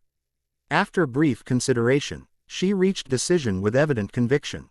"The Association Council should hear this directly," she declared, "especially given increased anomalous gate behavior and emergence patterns deviating from established models. That would require extended dimensional crossing," May noted with scholarly caution. "Each transfer between worlds creates increasing resonance patterns that cosmic entities can detect. Limited exposure seems prudent until better understanding interdimensional mechanics." Additionally, Naruto added, "My presence here likely attracts attention specifically because it represents unprecedented cosmic development. Minimizing exposure duration reduces potential targeting vectors." Lieutenant Shaw considered these concerns with evident strategic assessment, balancing information value against security risks with professional calculation. "Alternative approach," she suggested finally. "Establish secure communication protocol between worlds rather than physical transition. Information exchange without dimensional presence." The suggestion demonstrated impressive adaptive thinking, pragmatic solution that addressed both edge transfer requirements and security concerns. Naruto appreciated such practical intelligence regardless of its dimensional origin. "Possible," he acknowledged, "cosmic understanding providing technical framework. I can create stable communication conduit between specific locations that would allow information transfer without physical crossing. Limited energy signature, minimal dimensional disturbance. Acceptable compromise," Lieutenant Shaw decided with characteristic efficiency. "I'll prepare preliminary report for Association Council while you establish communication framework." Raven Claw can serve as primary liaison given her unique cross-dimensional experience. This arrangement seemed optimal given circumstances, allowing necessary information exchange while minimizing cosmic exposure. The pragmatic approach further impressed Naruto, reinforcing growing respect for Lieutenant Shaw's practical wisdom despite limited interaction. As containment operations concluded outside, He finalized communication protocols with remarkable efficiency, Celine's Shadow Protocol experience complementing Lieutenant Shaw's command authority to establish secure information channels that satisfied both worlds' security parameters. Throughout this process, Naruto observed subtle dynamics between the two women, professional respect underlaid with personal history suggesting previous collaboration beyond mere organizational association. Time constraint approaching, May reminded them as final arrangements concluded. Dimensional bridge requires recalibration to maintain stability parameters. Naruto confirmed this assessment through cosmic awareness. The connection between worlds remained stable but would require adjustment soon to prevent unintended resonance effects. While his evolving abilities could maintain the bridge indefinitely through continuous attention, such persistent focus would prevent addressing other emerging priorities. "We should return," he agreed, turning to Lieutenant Shaw with respectful acknowledgement. The communication conduit will activate at designated coordinates within 24 hours. Celine can provide specific operation parameters. The Lieutenant nodded professional acceptance while studying him with continued sensory assessment. Your assistance today prevented significant casualties, she stated with formal precision that nonetheless conveyed genuine appreciation. Whatever your cosmic status, practical actions demonstrate beneficial intent. This pragmatic evaluation, judging by demonstrable results rather than abstract claims, reflected philosophical alignment with Naruto's own approach despite vastly different background and training. He responded with simple nod acknowledging shared understanding that transcended verbal elaboration. As they prepared to depart, Lieutenant Shaw addressed Celine privately, conversation pitched for professional discretion though Naruto's enhanced perception could easily detect their exchange. The association declared you dead, the lieutenant stated with subtle emphasis suggesting deeper meaning. Official record indicates confirmation by Chairman Park himself. Convenient timing, Celine replied with carefully neutral tone belying significant implication.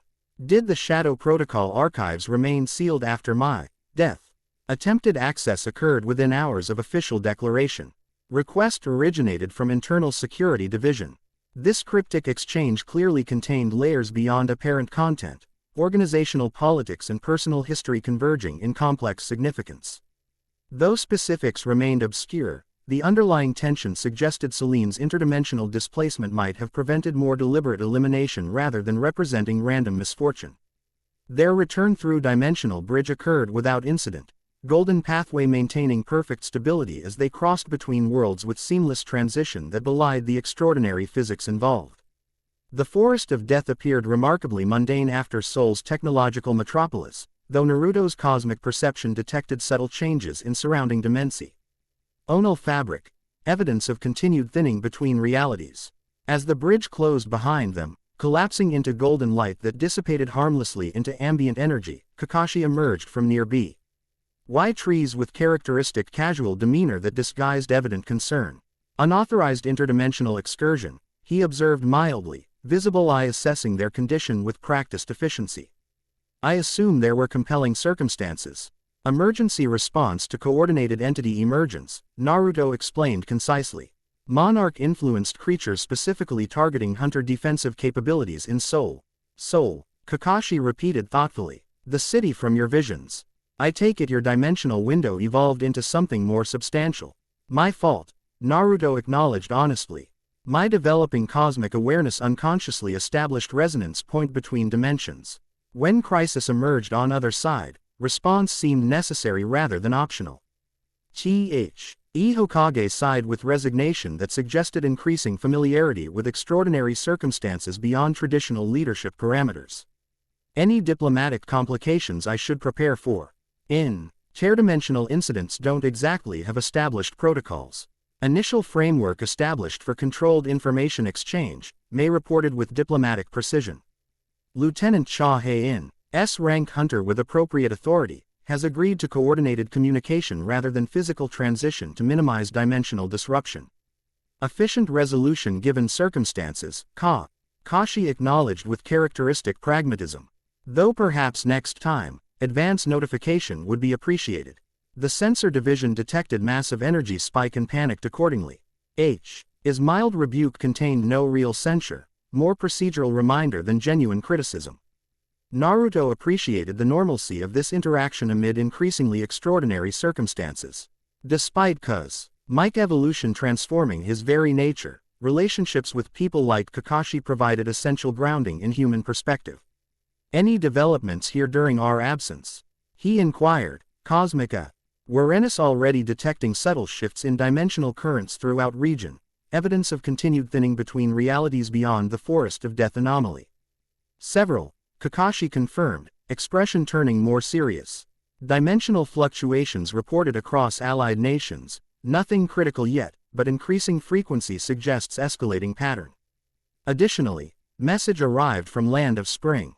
Lady Koyuki requests your presence regarding technological developments monitoring cosmic phenomena. This information aligned with Naruto's evolving understanding of current situation.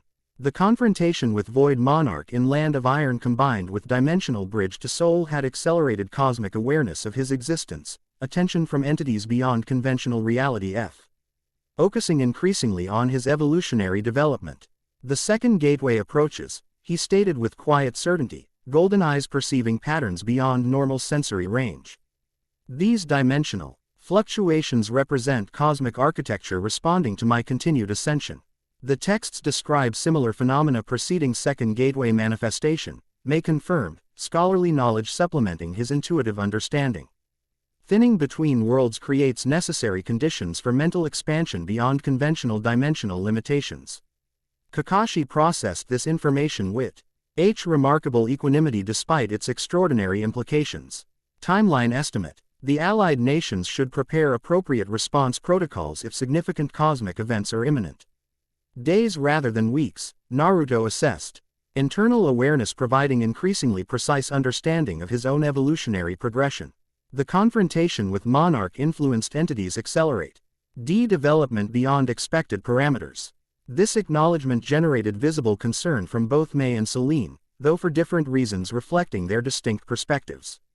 The tradition. Progression requires extended integration period between gateways, May cautioned, scholarly knowledge highlighting deviation from documented patterns. Accelerated timeline suggests external manipulation of cosmic process. Or deliberate targeting, Celine added with professional assessment honed through shadow protocol training. Forcing progression before proper preparation ensures suboptimal malperformance during critical transformation phase. Both observations contained valid insight from their respective knowledge frameworks. Naruto considered these perspectives thoughtfully, cosmic awareness expanding to encompass broader implications beyond immediate progression, or perhaps necessary adaptation to unprecedented threat development, he suggested, perception extending beyond conventional causality. The architect indicated traditional timelines no longer apply given void activity acceleration. Regardless of cosmic mechanics, Kakashi interjected with practical leadership focus.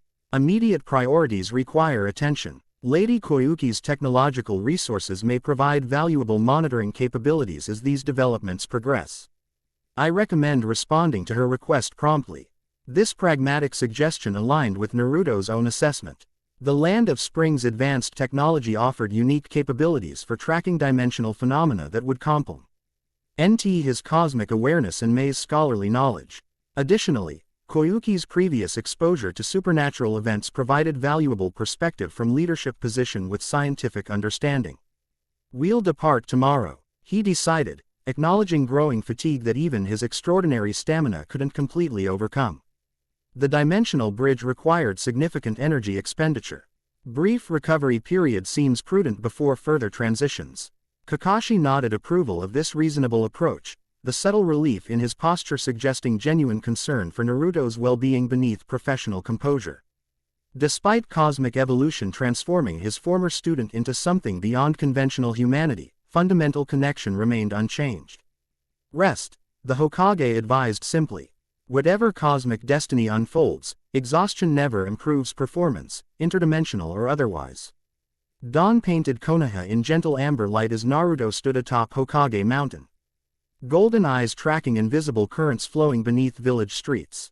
His brief rest period had restored physical energy while allowing expanded consciousness to process recent developments with greater clarity. The cosmic awareness growing within him perceived patterns beyond conventional observation, connections between seemingly unrelated events forming meaningful structure when viewed through transcendent perspective. Early meditation, May approached with quiet grace that nonetheless registered instantly through his enhanced perception. She had adopted practical travel attire maintaining elegant aesthetic, formal enough for diplomatic interaction yet functional for potential combat situations. The combination reflected her multifaceted nature as scholar, diplomat, and Mercage with formidable combat capabilities. Processing, Naruto replied, attention remaining partially focused on cosmic currents. The dimensional architecture surrounding Konoha has changed significantly since yesterday. Thinning accelerates between specific points rather than general degradation. Directed rather than random, May observed with scholarly precision, joining him at mountain's edge. Further evidence of conscious influence rather than natural progression. Yes, Naruto agreed, though whether that influence serves constructive or destructive purpose remains unclear. E-Architect claims to support my evolution while Void Monarch attempts disruption, yet both may represent limited perspective within larger cosmic pattern. This philosophical observation reflected Gr.'s sophistication in his understanding, moving beyond simple dichotomy toward more nuanced comprehension of multidimensional complexity. The first gateway had provided fundamental knowledge about cosmic structure, but true wisdom required integrating that knowledge with human perspective rather than merely replacing it. The ancient texts suggest similar questions troubled previous dragon god monarchs, May noted. Scholarly knowledge offering historical context. One passage describes the paradox of transcendent function, maintaining human ethics while operating beyond human limitations. A challenge I'm experiencing directly. Naruto acknowledged with rueful smile that momentarily transformed cosmic entity back into recognizable human. Each expansion of awareness brings deeper understanding but also greater distance from conventional perspective. Hence the importance of connections, May suggested thoughtfully. Maintaining relationships that ground cosmic function in human experience rather than abstract pattern. Quote, this insight resonated deeply with Naruto's core values. Throughout his life, connections with others had defined his development, from lonely child seeking acknowledgement to shinobi drawing strength from bonds with comrades. Even as cosmic awareness expanded consciousness beyond conventional limitations, these relationships provided essential anchor to humanity that cosmic function alone could not supply. Speaking of connections, he observed, perception detecting familiar energy signature approaching from village, our interdimensional guest appears ready for departure. Celine climbed final steps to mountain summit with efficient economy of movement that characterized her professional demeanor. Like May, she had prepared for travel with practical focus, outfit combining elements from both worlds in functional hybrid that maintained freedom of movement while incorporating protective elements. Most notable was new equipment harness clearly provided by Konoha's armory, though modified to accommodate her twin short swords and specialized tools. Reporting as requested, she stated with formal precision that nonetheless contained hint of dry humor beneath professional exterior. Though, interdimensional guest, seems generous terminology for someone who arrived through accidental gate malfunction. Cosmic coincidence rather than accident. Naruto corrected with good-natured certainty. Your arrival here serves purpose beyond random chance, even if that purpose remains partially obscured. Celine's expression suggested skeptical acceptance of this philosophy, neither rejecting cosmic significance outright nor fully embracing predestined interpretation. This balanced perspective further confirmed Naruto's growing appreciation for her pragmatic intelligence despite significantly different worldview. The communication conduit activated successfully, she reported, transitioning to practical matters with characteristic efficiency. Lieutenant Cha confirmed secure connection established between designated coordinates. Preliminary information exchange proceeded without technical complications and organizational complications. May inquired with diplomatic perception that identified unspoken dimension to this update. Manageable, Celine replied with professional understatement suggesting significant behind-scenes navigation. The Association Council remains divided regarding appropriate response to interdimensional contact. Security concerns versus strategic opportunity creating expected factional alignment. Not unlike our own leadership discussions, Naruto observed, recalling similar debates among allied nations' representatives regarding cosmic developments. Organizational caution confronting unprecedented circumstances transcends dimensional boundaries. This observation earned slight smile from Celine, brief acknowledgement of shared understanding that momentarily softened her professional detachment. Though their worlds differed significantly in development trajectory and power systems, organizational politics apparently maintained consistent patterns regardless of dimensional location. Their discussion paused as fourth figure joined their mountain summit gathering, Shikamaru approaching with unhurried stride that nonetheless contained purpose beneath apparent casualness. Final preparations complete, he reported without preamble. Lady Koyuki has been notified of your imminent arrival, and Kakashi-sama approved diplomatic protocols for this visit. Allied nations' leadership will receive updates through secure channels established yesterday. Thank you, Shikamaru, Naruto acknowledged with genuine appreciation. Despite cosmic evolution transforming his capabilities beyond conventional parameters, Practical matters of coordination and communication remained essential for effective function within existing social structures. Troublesome developments continue while you're away, Shikamaru added with characteristic directness. Dimensional fluctuations reported at 17 locations across Allied nations' territory. Nothing critical yet, but frequency increases approximately 12% daily according to sensor division analysis. This information aligned with Naruto's own perception of accelerating pattern, cosmic architecture responding to his evolutionary development WITH increasing resonance effects across dimensional boundaries. The progression suggested second gateway manifestation approaching faster than traditional timelines indicated. Monitor but don't dire. CTLY interact in less immediate threat presence, he instructed, cosmic awareness providing strategic assessment beyond conventional analysis. These fluctuations represent necessary adjustment rather than dangerous degradation. Direct interference might disrupt natural stabilization process.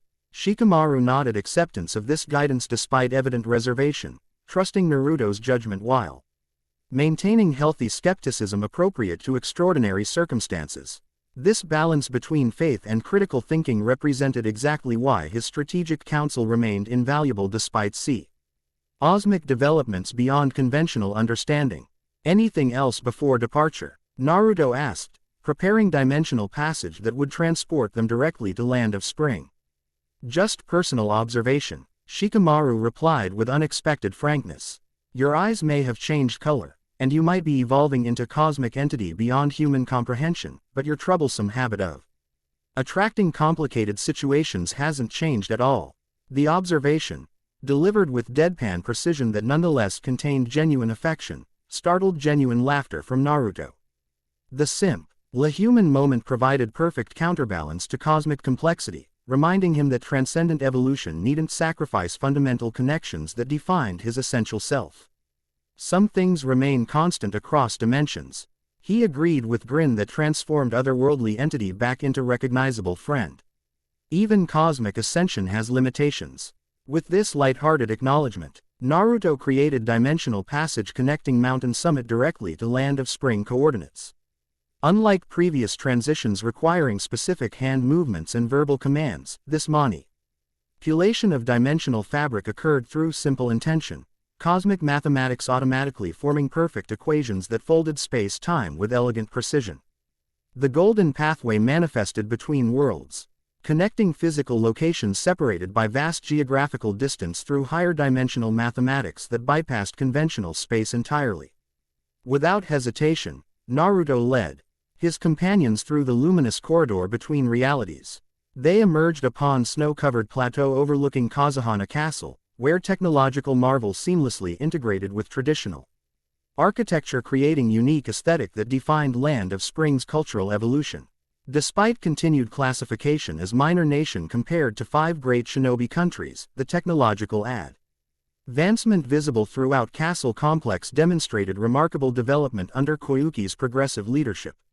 Most striking to Naruto's enhanced perception was sophisticated monitoring equipment positioned strategically throughout castle grounds, advanced sensors designed specifically for detecting dimensional anomalies and cosmic energy fluctuations. These technologies represented significant advancement beyond standard capabilities, suggesting focused research direction with specific awareness of interdimensional phenomena. Impressive development since our previous visit, May observed with diplomatic appreciation. Lady Koyuki has clearly prioritized cosmic monitoring capabilities. Beyond expected technological trajectory, Celine added with professional assessment honed through shadow protocol analysis. These detection systems incorporate principles my World's Hunter Association developed only after decades of gate research.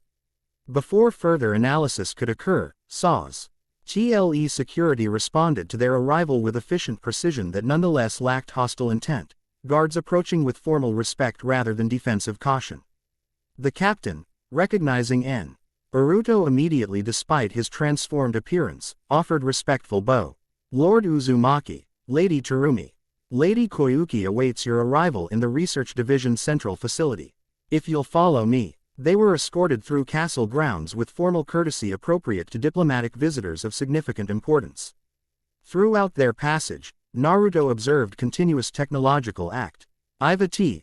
Researchers moving between buildings with purposeful urgency, monitoring equipment displaying real-time data across multiple locations, communication systems coordinating information flow with impressive efficiency. The research division occupied what had once been traditional military barracks before Land of Spring's transformation from perpetual winter to technological marvel. The multi-story complex featured glass and steel architecture that contrasted dramatically with surrounding traditional structures, physical representation of nation's evolution under progressive leadership. Inside, the facility hummed with concentrated activity, scientists and technicians monitoring sophisticated equipment while analyzing data displayed across multiple holographic projections. Central Common D area featured circular arrangement of workstations surrounding primary display platform where three-dimensional representation of regional topography highlighted specific locations with pulsing indicators. Koyuki herself stood at central platform, reviewing data with focused attention that momentarily prevented noticing their arrival. Her practical attire, tailored jumpsuit incorporating subtle elements of traditional royal garments, emphasized functional leadership rather than ceremonial position. The combination reflected her dual nature as both monarch and scientific director guiding nation's technological development. When she finally looked up, recognition transformed her focused expression to genuine welcome, professional composure momentarily yielding to personal connection despite formal setting. Naruto, she greeted with warm familiarity that transcended diplomatic protocol. Your timing is impeccable as always. Her gaze lingered briefly on his transformed eyes before Monarch acceptance replaced momentary wonder, adaptation to extraordinary circumstances that characterized her leadership style. Rather than dwelling on cosmic transformation, she immediately focused on practical matters requiring attention. We've detected significant developments since your previous visit, she continued, gesturing towards central display. Dimensional fluctuations increasing exponentially across region, with particular concentration at three specific coordinates. The holographic display highlighted these locations with pulsing indicators, one within northern mountain range, another beneath ocean approximately 30 kilometers offshore, third within forest region bordering Land of Fire territory. Each displayed distinct energy signature suggesting different manifestation pattern despite apparent cosmic connection. The fluctuation patterns suggest coordinated development rather than random occurrence, Koyuki explained, manipulating controls to display time-lapse progression. They activated sequentially at precisely 33-minute intervals, each maintaining exact harmonic frequency relationship with others. Deliberate pattern establishment, Naruto observed. Cosmic awareness immediately recognizing significance beyond scientific analysis. These represent preliminary framework for second gateway manifestation, dimensional architecture preparing for next evolutionary threshold. This assessment generated evident interest from research personnel, though Koyuki maintained professional focus on practical implications rather than theoretical significance. Gateway manifestation suggests physical location, she noted with analytical precision. Your previous transformation occurred at specific temple complex. These fluctuations converge toward different coordinate entirely. Manipulating display controls with practiced efficiency, she highlighted location approximately 20 kilometers from Castle, ancient volcanic formation long dormant BU. Geologically significant within regional topography. The site featured distinctive caldera structure surrounded by crystalline rock formations created through unique mineral composition combined with historical geothermal activity. This location corresponds with references in ancient texts, May confirmed, scholarly knowledge immediately identifying significance. The crucible of thoughts air mental boundaries dissolve through elemental harmony. Poetic description for dimensional convergence point, Celine observed with pragmatic assessment that nonetheless acknowledged validity beyond scientific skepticism. Naturally occurring dimensional thinning reinforced through geological composition. Koyuki turned attention toward Celine with professional curiosity. You must be the interdimensional visitor mentioned in Kakashi's communication. Your perspective would be valuable given different technological development trajectory. This acknowledgement of potential contribution rather than suspicious interrogation demonstrated impressive leadership quality, recognizing useful expertise regardless of unconventional origin. Celine responded with similar professional respect, analytical assessment recognizing competence beyond political position. Celine Ravenclaw, Hunter Association Shadow Protocol Division, she introduced herself with formal precision. Dimensional anomaly. In my world manifest differently but follow similar mathematical principles. Your monitoring technology demonstrates remarkable advancement given developmental timeline. Necessity accelerates innovation. Koyuki replied with subtle pride indicating personal involvement beyond administrative oversight. After Naruto's previous visit revealed cosmic threats beyond conventional understanding, research priorities adjusted accordingly. Quote, their professional exchange established immediate rapport based on shared analytical perspective despite vastly different backgrounds, scientific pragmatism c. Reading common ground across dimensional boundaries. Naruto observed this connection with appreciation, recognizing valuable alignment that would facilitate necessary cooperation amid increasingly complex circumstances. The volcanic formation, he redirected conversation toward immediate priority, cosmic awareness providing deeper insight than technological monitoring alone could access. It's an not merely geological significance but metaphysical composition that creates gateway potential. The crystalline structures contain dimensional resonance capacity beyond normal mineral properties. They detected unusual energy absorption patterns within those formations, Koyuki confirmed, manipulating display to highlight detailed scans of crystal structures. They appear to store and amplify ambient dimensional energy rather than merely conducting it, almost like biological capacitors rather than inert minerals. This observation demonstrated impressive scientific insight despite limited theoretical framework for understanding cosmic phenomena. Koyuki's analytical intelligence allowed conceptual leaps beyond conventional understanding, identifying functional patterns where others might see only anomalous data. The second gateway requires mental expansion beyond conventional dimensional limitations, Naruto explained, combining cosmic knowledge with human communication to bridge conceptual gap. Unlike first gateway testing physical capacity to channel cosmic energies, the second challenges mental frameworks, ability to comprehend multiversal complexity without losing individual perspective. And these crystal formations facilitate this mental expansion. Koyuki questioned with scientific precision seeking functional understanding rather than abstract theory. They create necessary resonance environment. Mei elaborated, scholarly knowledge complementing Naruto's intuitive understanding. The ancient texts describe thought amplification through elemental harmony, Sakal environment that supports consciousness expansion beyond normal limitations. Similar to mana crystallization processes in S-rank dungeons, Celine added, providing comparative framework from her world's experience. Specific mineral compositions that facilitate interdimensional consciousness transfer while maintaining physical stability. This collaborative explanation, combining Naruto's cosmic awareness, Mei's scholarly knowledge, and Celine's practical experience, created comprehensive understanding beyond what any individual perspective could provide alone. The integration demonstrated exactly why their distinct viewpoints proved crucial for navigating increasingly complex cosmic developments. Koyuki processed this information with impressive efficiency, scientific mind extrapolating practical implications beyond theoretical significance. If these formations facilitate consciousness expansion, they might also provide monitoring capacity beyond conventional technological limitations. We could potentially establish observation protocols for cosmic phenomena currently beyond detection parameters. This innovative application demonstrated why her leadership had transformed a relatively minor nation into technological powerhouse within single generation. Rather than merely responding to extraordinary circumstances, she consistently identified opportunity within challenge. Adaptation becoming advancement rather than mere survival. Possible, Naruto acknowledged thoughtfully. Though interface between technological monitoring and cosmic awareness would require significant development beyond current capabilities. Development I'd welcome your assistance with, Koyuki replied with direct practicality that nonetheless contained hint of personal rather than merely professional interest. Your unique perspective bridges scientific understanding and cosmic awareness in ways conventional research cannot approach independently. Before Naruto could respond to this invitation, alarms activated throughout research facility, monitoring systems detecting significant energy spike at northern fluctuation point.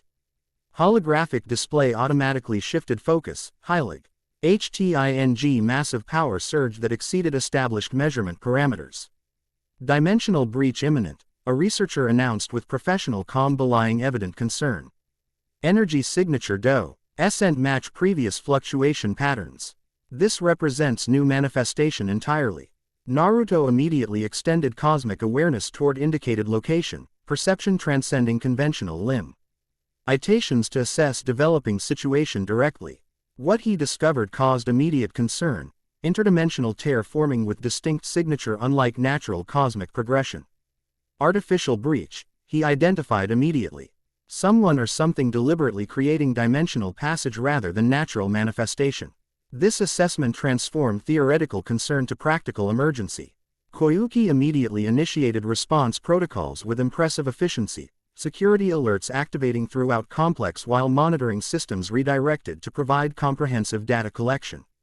Defensive response. She questioned Naruto directly, pragmatic leadership recognizing his unique expertise despite formal authority remaining her responsibility. Observation before intervention, he recommended.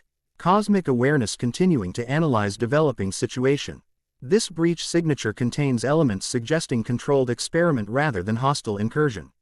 Someone testing G-dimensional boundaries with specific purpose rather than random interference. Monitoring teams dispatched to safe observation distance. Koyuki ordered immediately, command presence evident beneath scientific director role. Full sensor array deployment with remote operation protocols. No direct engagement without explicit authorization. As these instructions were implemented with disciplined efficiency, Naruto focused deeper attention on breach signature, cosmic awareness providing insights beyond technological detection capabilities. The energy pattern contained familiar elements sting connection to previously encountered phenomena, though specific configuration remained unique.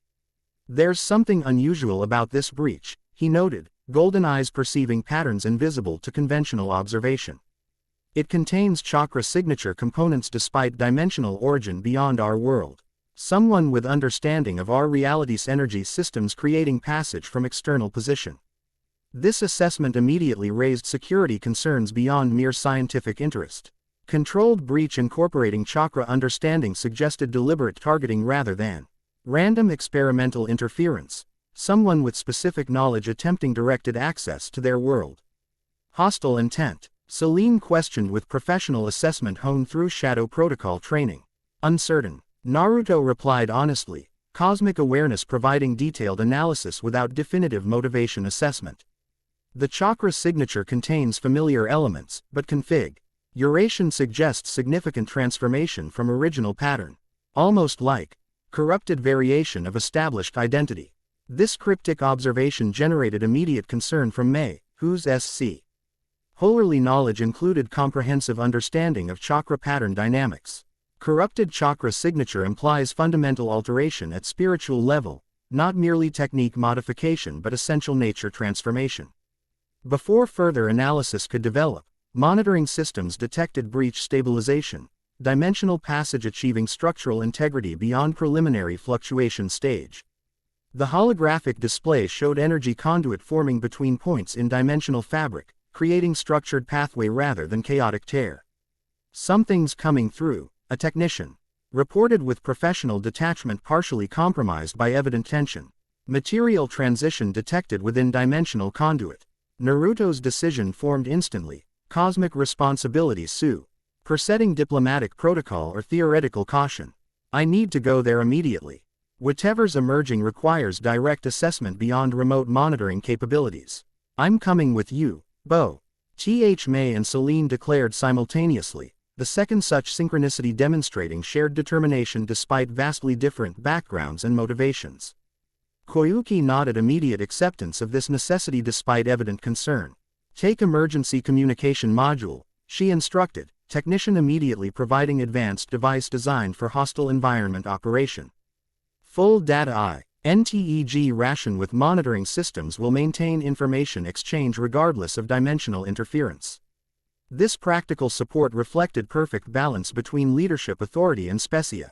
LISD expertise recognition, maintaining command structure while acknowledging unique capabilities required for effective response. Naruto accepted both equipment and implicit trust with appropriate seriousness.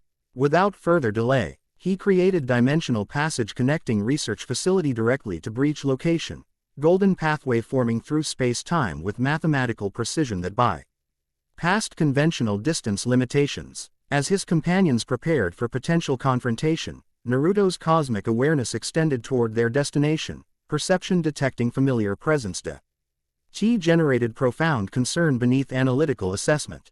The dimensional shortcut deposited them approximately 200 meters from active breach, safe observation distance while maintaining rapid response capability if situation demanded intervention. From elevated position atop snow-covered ridge, they observed dimensional passage manifested as vertical oval approximately 4 meters high, composed of swirling purple-black energy that occasionally discharged lightning-like projections into surrounding atmosphere. Most concerning was energy signature emanating from within passage, Kuru. PTED chakra pattern incorporating void influence beyond anything previously encountered. The combination suggested fundamental violation of natural order, cosmic energy deliberately perverted from original purpose through external manipulation. That's not natural dimensional breach, Celine assessed immediately, Hunter senses analyzing energy pattern with professional precision. The harmonic frequency contains deliberate distortion components, someone intentionally destabilizing dimensional integrity rather than merely creating passage. Agreed, making curd, scholarly knowledge recognizing pattern significance beyond technical assessment. The corruption elements suggest void influence attempting to establish permanent degradation rather than temporary connection. Before further analysis could develop, the passage fluctuated violently, energy pattern shifting as something emerged from swirling darkness. A human figure materialized from dimensional breach, stepping onto Snow Cove. Red ground with casual confidence that suggested complete comfort despite extraordinary transition method. Even from their elevated observation position, Naruto recognized the arrival instantly, though profound transformation had occurred since their last encounter years before. Raven hair, pale skin, distinctive facial structure, features unmistakable despite corrupted energy visibly flowing beneath. Surface-like dark parody of Naruto's own golden manifestation. Sasuke, he whispered, recognition tinged with immediate concern. The figure paused momentarily after emergence, head tilting sly. As though sensing observation despite considerable distance and concealed position. Then, with deliberate purpose, Sasuke turned directly toward their location, mismatched eyes focusing with raw precision that suggested sensory perception beyond normal parameters. "Hello, Naruto," he called, voice carrying effortlessly across intervening space through means beyond conventional physics. Quote, "I see your evolution continues impressively. The dragon god Monarch manifests according to cosmic design." The formal phrasing contained nothing of their shared history or personal connection, words delivered with detached assessment rather than emotional acknowledgement. Most disturbing was the energy visibly surrounding Sasuke's form, corrupted chakra incorporating elements of void influence dark reflection of Naruto's own golden manifestation. "You know about my transformation," Naruto responded, instantly traversing intervening distance through dimensional shortcut that placed him directly before his former friend and rival. "How?" Sasuke smiled, expression containing nothing of genuine emotion but perfect mimicry of expected response. "The same way I know many things now. Dire court communion with cosmic truth beyond human limitations." Close proximity revealed disturbing details invisible from distance. Sasuke's mismatched eyes now incorporating unnatural elements beyond Sharingan and Rinnegan's normal appearance. The left eye contained swirling darkness within Rinnegan pattern, while right eye's Sharingan Tomo pulsed with purple-black energy suggesting void influence corrupting natural bloodline ability. "What happened to you?" Naruto asked, genuine concern transcending cosmic responsibility or strategic assessment. Despite years separated by different paths and priorities, their fundamental connection remained significant beyond situational context. "Evolution," Sasuke replied with simplicity that nonetheless contained complex implication. "Different from yours but parallel in cosmic significance. You channel creation's golden light, I embrace void's perfect darkness. Opposing cosmic functions achieving balance through mutual existence." This explanation represented perfect corruption of truth, factual elements twisted to support fundamentally flawed conclusion. Naruto's cosmic awareness perceived subtle manipulation patterns within Sasuke's transform. Ed chakra, external influence imposing philosophical framework rather than natural development through personal choice. The Void Monarch has influenced you, he stated with certainty born from direct perception rather than mere suspicion. This isn't natural evolution but deliberate corruption of your essential nature. Something flickered briefly behind Sasuke's unnatural eyes, momentary recognition. Chion quickly suppressed beneath imposed consciousness. The reaction confirmed Naruto's assessment. Sasuke's fundamental self remained intact beneath corruption layer, struggling against external influence despite apparent surrender. The monarch revealed truth beyond human comprehension, Sasuke countered, voice maintaining unnatural detachment despite subtle resistance beneath surface expression. As architect guides your development, Void Monarch illuminates alternative cosmic function. Neither right nor wrong, complementary aspects of greater pattern. Throughout this exchange, Mei and Cell, Nei maintained strategic positions nearby, close enough for immediate support while allowing necessary space for personal interaction with evident historical significance. Their disciplined restraint demonstrated perfect balance between combat readiness and situational awareness, recognizing complex dynamics beyond simple threat assessment. The void doesn't guide or illuminate, Naruto responded. Golden energy flowing more prominently beneath his skin as cosmic awareness engaged directly with corrupting influence affecting his former friend. It consumes and unmakes. Whatever entity contacted you has manipulated fundamental truth to serve entropic purpose. Sasuke's expression remained unnaturally composed despite increasing energy manifestation around both figures, golden light and corrupt. Darkness creating visible representation of cosmic opposition within human vessels. The metaphysical confrontation manifested physically as atmospheric disturbance, air molecules responding to mental forces beyond conventional energy spectrum. Your perspective remains limited by architect's framework, Sasuke stated with philosophical detachment betrayed only by subtle tension in physical posture. The void represents return to primal simplicity rather than mere destruction, evolutionary completion rather than termination. Then why corrupt existing consciousness rather than present choice? Naruto challenged. Cosmic awareness detecting increasing resistance within Sasuke's essential nature despite apparent surrender to external influence. True cosmic evolution requires conscio as participation rather than imposed direction. This philosophical argument contained strategic purpose beyond mere debate, engaging Sasuke's fundamental nature through conceptual challenge rather than physical confrontation. The approach leveraged their shared history and intellectual connection rather than opposing corrupting influence through direct energy conflict.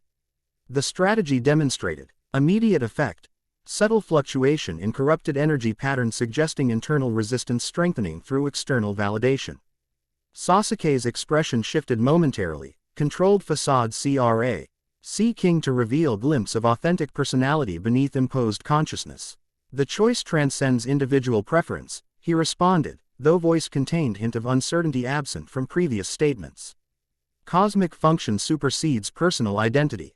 The pattern requires balance between creation and dissolution. Balance, yes, Naruto agreed, focusing golden energy toward subtle resonance with Sasuke's uncorrupted core rather than opposing corrupted manifestation directly, but achieved through integration rather than opposition. True cosmic harmony emerges through conscious cooperation rather than enforced duality. Quote, this philosophical reframing represented direct challenge to Void Monarch's corrupting influence, offering alternative conceptual framework that supported Sasuke's authentic nature rather than merely opposing imposed perspective. The approach demonstrated Naruto's evolving understanding of his cosmic function, integration rather than opposition, connection rather than conflict. Before Sasuke could respond, the dimensional breach behind him pulsed violently, purple-black energy expanding outward as passage destabilized under increasing pressure from beyond. The fluctuation pattern suggested deliberate interference rather than natural degradation, something actively manipulating dimensional connection from external position. Our conversation must continue later, Sasuke stated. Controlled demeanor returning though subtle resistance remained evident beneath surface expression. Preliminary assessment complete for current phase. Further interaction requires additional preparation. Without further explanation, he turned toward destabilizing breach with evident purpose. Before Naruto could intervene, Sasuke formed complex hand-seal configuration. Incorporating elements beyond conventional ninjutsu, cosmic mathematics expressed through physical movement rather than mere chakra manipulation. Void reflection. Dimensional collapse. The corrupt, energy surrounding his form concentrated into focused projection that struck dimensional breach with mathematical precision. Rather than closing passage properly, this technique initiated control destabilization, calculated collapse that would release significant energy upon full manifestation. Recognizing immediate danger to surrounding region, Naruto responded instantly with counterbalance technique. Golden energy forming complex mathematical framework around collapsing breach to contain explosive potential within controlled field. Divine Dragon Authority. Collapse containment. Golden framework encapsulated destabilizing breach completely, creating dimensional buffer zone that isolated destructive energy from physical reality.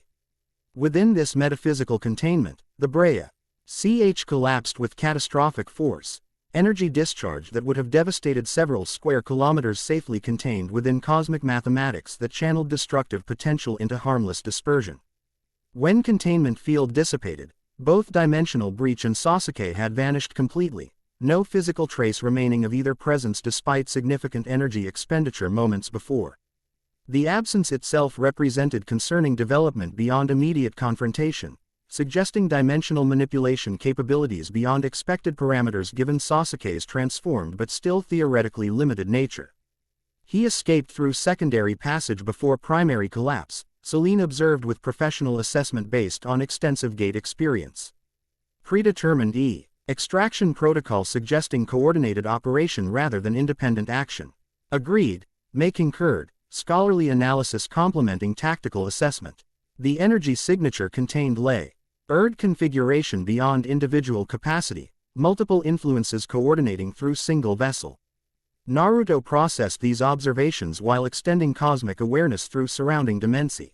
Onal fabric, searching for traces that might indicate destination or purpose beyond immediate encounter. The patterns confirmed advanced manipulation beyond expected capabilities, suggesting external Nansmont specifically designed for interdimensional operation. The Void Monarch is using Sasuke as interdimensional operative, he concluded grimly, cosmic understanding providing strategic framework beyond tactical assessment. His unique abilities combined with corrupted transformation create effective agent capable of operating across dimensional boundaries. The end. I hope you enjoyed this episode. Remember to subscribe and like this video. See you in the next video.